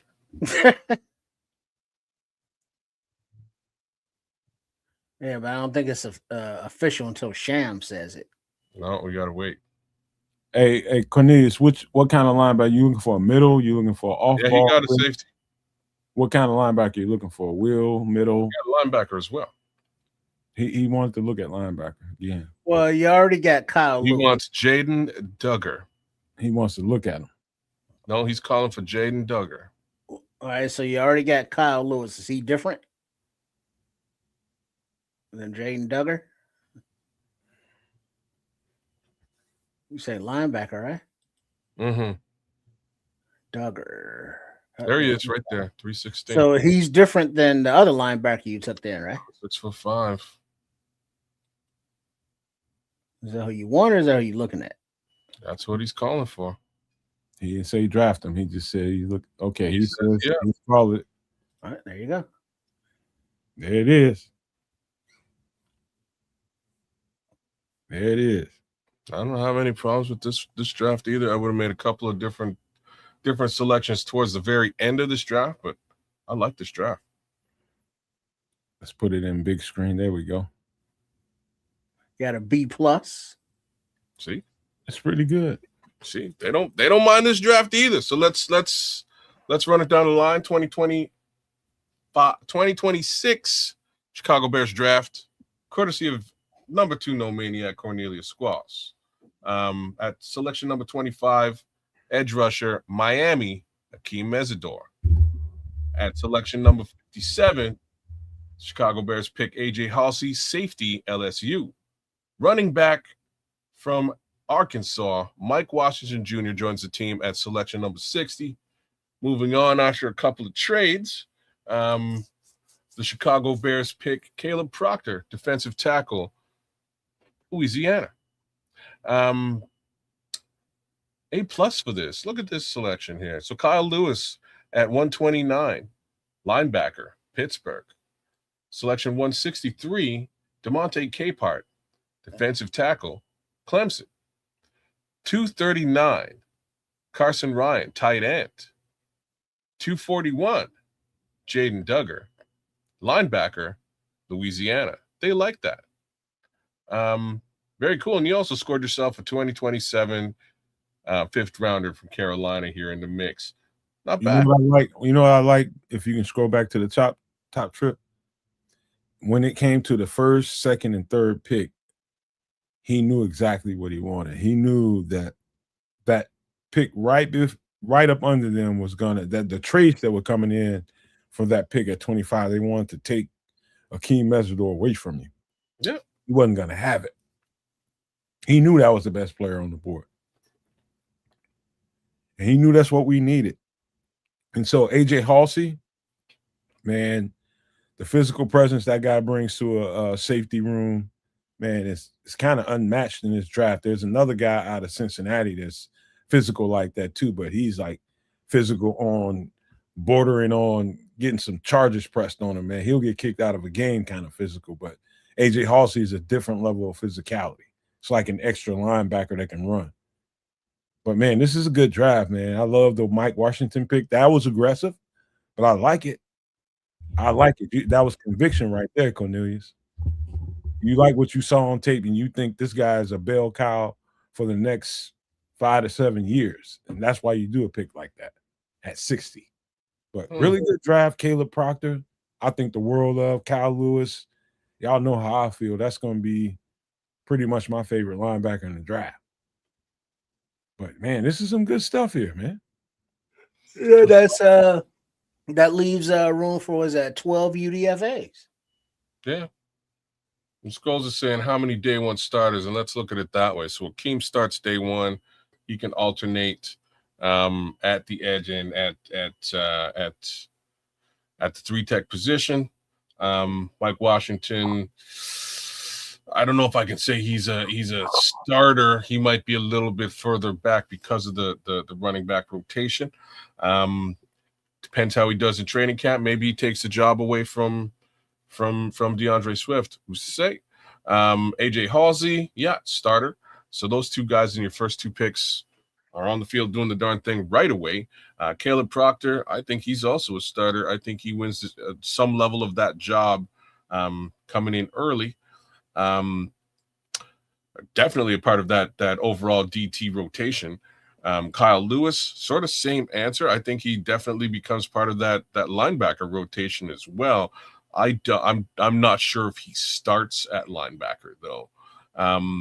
The Jaden Duggar selection is an interesting one too. I think there's a lot more competition in the linebacker room, even though that's a super late selection. And DeMonte Capehart again, just a little bit more love at the defensive tackle position. So I don't know if that's a true starter, but again, more competition in that room with Neville Gallimore, Javon Dexter, etc. I think we need a lot more competition there so that we can actually, have a bit more powerful interior pass rush, as well as run stuffing capabilities. and all that sort of behind Grady Jarrett and his leadership there, I think will probably go a long way. Well, it looks like definitely this draft, you're going to be leaning on UDFAs for cornerback, center, and anybody else you want to be bringing in. That might be the reason why you got the B+ instead of an A. Or a B-. But that's this is just AI grading what they know in the artificial intelligence world. This is his prerogative here, man. I like it. Mm-hmm. I like it. I appreciate it, man. I love the interaction. I love the players, and this whole little season of studying these guys is about to be over, and we're about to get these players, and we're gonna start talking about how they fit into what the Bears do. It's gonna be fun, man. It's gonna be fun because it's definitely gonna be some things that happen that we ain't gonna see coming. But we trying to check as many boxes as we can, man. Good job, Cornelius. And we about to go crazy on Wednesday on Bears coverage, man. We're gonna go absolutely nuts. We're gonna start off the show real fast with the Bears coverage. We're gonna turn extra sauce into Bears Central, and we're gonna have fun with that show that night. Right on. Scrolls, I hear you, but here's the thing about that DT position, and it's something I would have agreed with you on a bit earlier into this offseason. But I don't really think that Grady Jarrett and I think there's going to be some attrition, some major attrition in that DT room with Grady and Deo, potentially also Jervon. I think we need fresh new blood in there to create some competition, also to grow and learn from those guys to potentially take over in that room, because I don't see them. Grady's he's an older gentleman. You know what I mean? You know what I'm saying? Odds are they're going to want to move away from him and that hefty contract sooner than later. I'm going to echo that exact same sentiment for Deo Odangbo unless he really shows out this year. And for all intents and purposes, maybe he does. But you got to infuse some youth in that room to see what you can do to shake things up and potentially save yourself a bunch of cash in the years to come. What's more interesting than anything that happened tonight is wondering who they see as the best players available. That's the question. Like, man, if I could put a drone outside the window of Hallis Hall, I would, just to go see what the hell they looking at on that board. Not to say that they would even have their blinds or windows even open. Them blinds are closed, bro. And I just want to see. Dark in that room. I do feel like we get really, really close to the source on this channel. I do think that, man. I think we get really close to the source, and we don't get caught up in, who's talking about what, where in any other podcast. We actually stay right there where we need to be and have reasoning for being where we are and explaining it, talking about just picking up the breadcrumbs from what the Bears are saying. And for me, it takes me a long way in my study, for sure. And I keep hearing we're going to draft the best player available. And in the Bears fan base, it's still that we got to have an edge rusher mindset. We need an edge rusher. But what if the edge rusher ain't the best player available to them? Can we accept that? That's where the fan base is at right now. Well, and I'm totally with you. I don't think the fan base has got any choice, right? You just got to accept it. You got to do what you get. They're going to make their selection no matter what they're, what we say or think, and it's going to be whatever they decide it's going to be, right? And to that degree, fan base kind of has to just shut up and take it. Again, I think the vast majority of us would lean towards that edge rusher. If they don't go with the edge rusher, again, I'm kind of fine with it. I've seen some edge rushers a little bit later in this draft that would fit the bill, in my opinion. So maybe you don't get the guy at the top. Maybe you get the safety. Maybe you get a wide receiver, which nobody's done because I think that's crazy. But again, I won't be mad at them if they go and do it because maybe they've seen something that we haven't seen. And that's where I just sort of, I put my hands up, give them carte blanche to do whatever they want to do, and I'll be fine accepting it, unless again there's a 4th-round kicker. I may lose my shit. Hey, you know what? The football savant in me has a certain mindset, and that is, I'm glad that we have the kind of front office that we have, and they're not doing things to, kind of moisturize the fans to make them feel good. I'm glad we don't have that kind of front office because that's never good. It's never good to be doing what fans want you to do. You do what's best for the people that you have inside that building and the players that you think is going to make you better.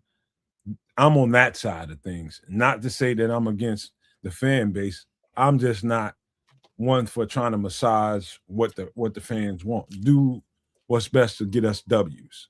That's all I care about. Get us dubs. And if you think this player is the best player on the board, if you think this player at any particular time is going to help your team, do it. Do it.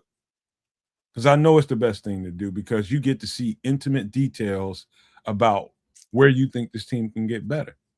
Versus us on the outside that don't get to know these players, don't get to see how they move in and around that building and off season. They know what they got.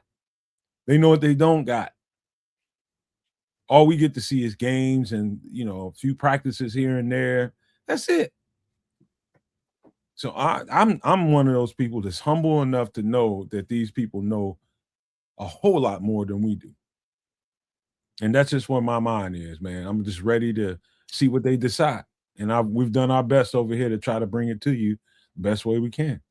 See, and there's been regimes where everything he just said I'd be in complete opposition to, right? Like full regimes of coaching staff, scouts, etc. That I'm like, these guys clearly have no effing clue what they're doing. This time around, though, they made some selections this previous year that I think all of us and the vast majority of Bears fans might have been like, huh, like what why did you do this, that, and the third? I think they all kind of landed and worked out with a slight exception of Shamar Turner. Oh yeah, there's another DT, so maybe we don't need to double and triple down on DT. You know what I'm saying? So I think Shamar Turner has a great season this year once given the opportunity. That being said, yeah, those other regimes just didn't have it. This regime has it. And to that respect, I'm gonna put my hands up and say, more power to you, Ben Johnson. More power to you, DA. More power to you, Ryan Poles. Get this ship floating right, y'all. All right, man. I tell you what, man. I don't have to wait long now, and all the work is about to hit its climax, and we're gonna get to the nitty gritty when the Bears go to the podium and start selecting guys, and that's gonna be fun. And about to have a good time with it. But let's give some closing thoughts before we get ready to get up out of here, because Wednesday is going to be a thing, 8 p.m. Central on the Nomad Network. We're going to have a whole lot of fun with that show, just talking about Bears. We're going to do several mock drafts. We'll get people involved. It's going to be a good time, man. It's going to be a great time to be a Bears fan, because the end of what Kids was talking about is very important. It's about history and who was what during what particular time. There's some accuracy to what he said about there was reason to not trust certain regimes that were a part of this Bears decision-making group. They gave you reason. But I don't feel that way about this group of personnel. I don't. I feel like they know what they're doing intimately. And I'm one of those people as a fan that can humble myself and just allow them to do what they do and be less than argumentative about it or judgmental about it and see how it plays out. That's just me. But let's give some closing thoughts before we get up out of here, man. All right, right on. Thank you all for joining us for another Nomad at Night. Kenny Powers, La Flama Blanca. Yes, indeed, we're doing a draft watch party. We'll be here Thursday and Friday and Saturday doing the thing. Right, brothers? You catch us right here on Kansas Canuck, right here on the Nomad Network, and right here on Sports Chicago Style. All 3 channels rolling out as one. We will be the triple stream dream once again. And maybe we'll have a couple special guests as we go. So we'll do the darn thing here for you guys all the way through and get a good understanding as to what we're seeing with respect to this Bears draft. And I couldn't agree more with Nomad at this time around. Again, I think this regime is one we can actually trust. Those past regimes are they were not great, but here we are. It's a different world, different time, different Bears. Happy 420 to all y'all. If you celebrate, you celebrate, RIP to I believe, what's his name? Fucking 420. I missed it. So I missed it as well, unfortunately. Busy, man. I've been busy. Oh god damn, I can't believe it. That's like my religion. That's a good thing for me to miss nowadays, considering it all. But to those of you who partake with pride. Dave McGinnis passed away, old Bears coach. Big love to him and his family. RIP. Anything else? Oh, shout outs to BT9 for the super chat. Big ups to the Scrolls, Corny Squalls for his draft and supporting the channel as per normal. Shout outs to the Nodge, Crimson, La Flama Blanca. Love that name, man. I love that's one of my favorite. I love that show. It's a great show. Eastbound and Down, watch it. It's worth your time. White G. Who else is out there, man? Oh, Slim Bo Boogie, man. You were all over the chat. Slim Bo Boogie likes him some Cassius. Anyways, we'll see if Cassius winds up on the team. He's not a bad selection. Shout out to FFG. Anyone else I'm missing here? Patrick Higgins, Joseph Archer, Paul Rodriguez, and the True Pilgrim, man. Big ups to all you guys. Thanks again for coming through. We'll be with you on Wednesday doing some Bear stuff and then even more Bear stuff throughout the remainder of the week for the draft. Be there, be square. Trip? Yeah. Thanks to everybody for tuning in on the Sunday night. And it's all about, Wednesday and beyond for this week as we've been, building up and prepared for it ever since the season ended. How will Ryan Poles and staff improve this team? All the draft nicks have done all the tape studying and ripping, and you got your top picks at position groups. You got top 100s and all this fun stuff. You got your favorites. You got your dislikes even. Whatever the case may be, the answers to all of the questions will start being unlocked Thursday night. So we do look forward to seeing you then, but we look forward to seeing you Wednesday first for some extra sauce, 8 p.m. Central. Amen to that. Again, 8 p.m. Central. Be there. It's going to be a good time. We'll see how this thing is going to shake out a night before the draft. We're going to go through one last time. We're going to let people have a whole lot of goddamn on fun selecting, and who knows what's going to happen between now and Wednesday. We had a big shakeup pre-draft with Dexter Lawrence going to the Bengals. That might trigger some things, in the NFL market on who, okay, they got Dexter Lawrence off of us. Okay, what do we do next? There could be a domino effect to that, but let's see. Let's see.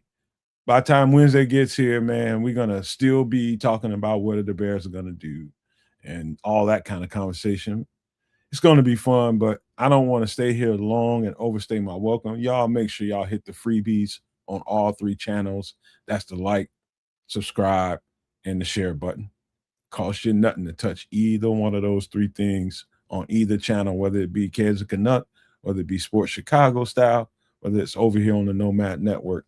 And show the love, because we love y'all. We love y'all all the time, and it's an absolutely free thing to do, that you show the love back, tells the algorithm what it needs to know, and we're popular. And so I just want to leave you guys with these famous words: love, peace, and hair grease, y'all.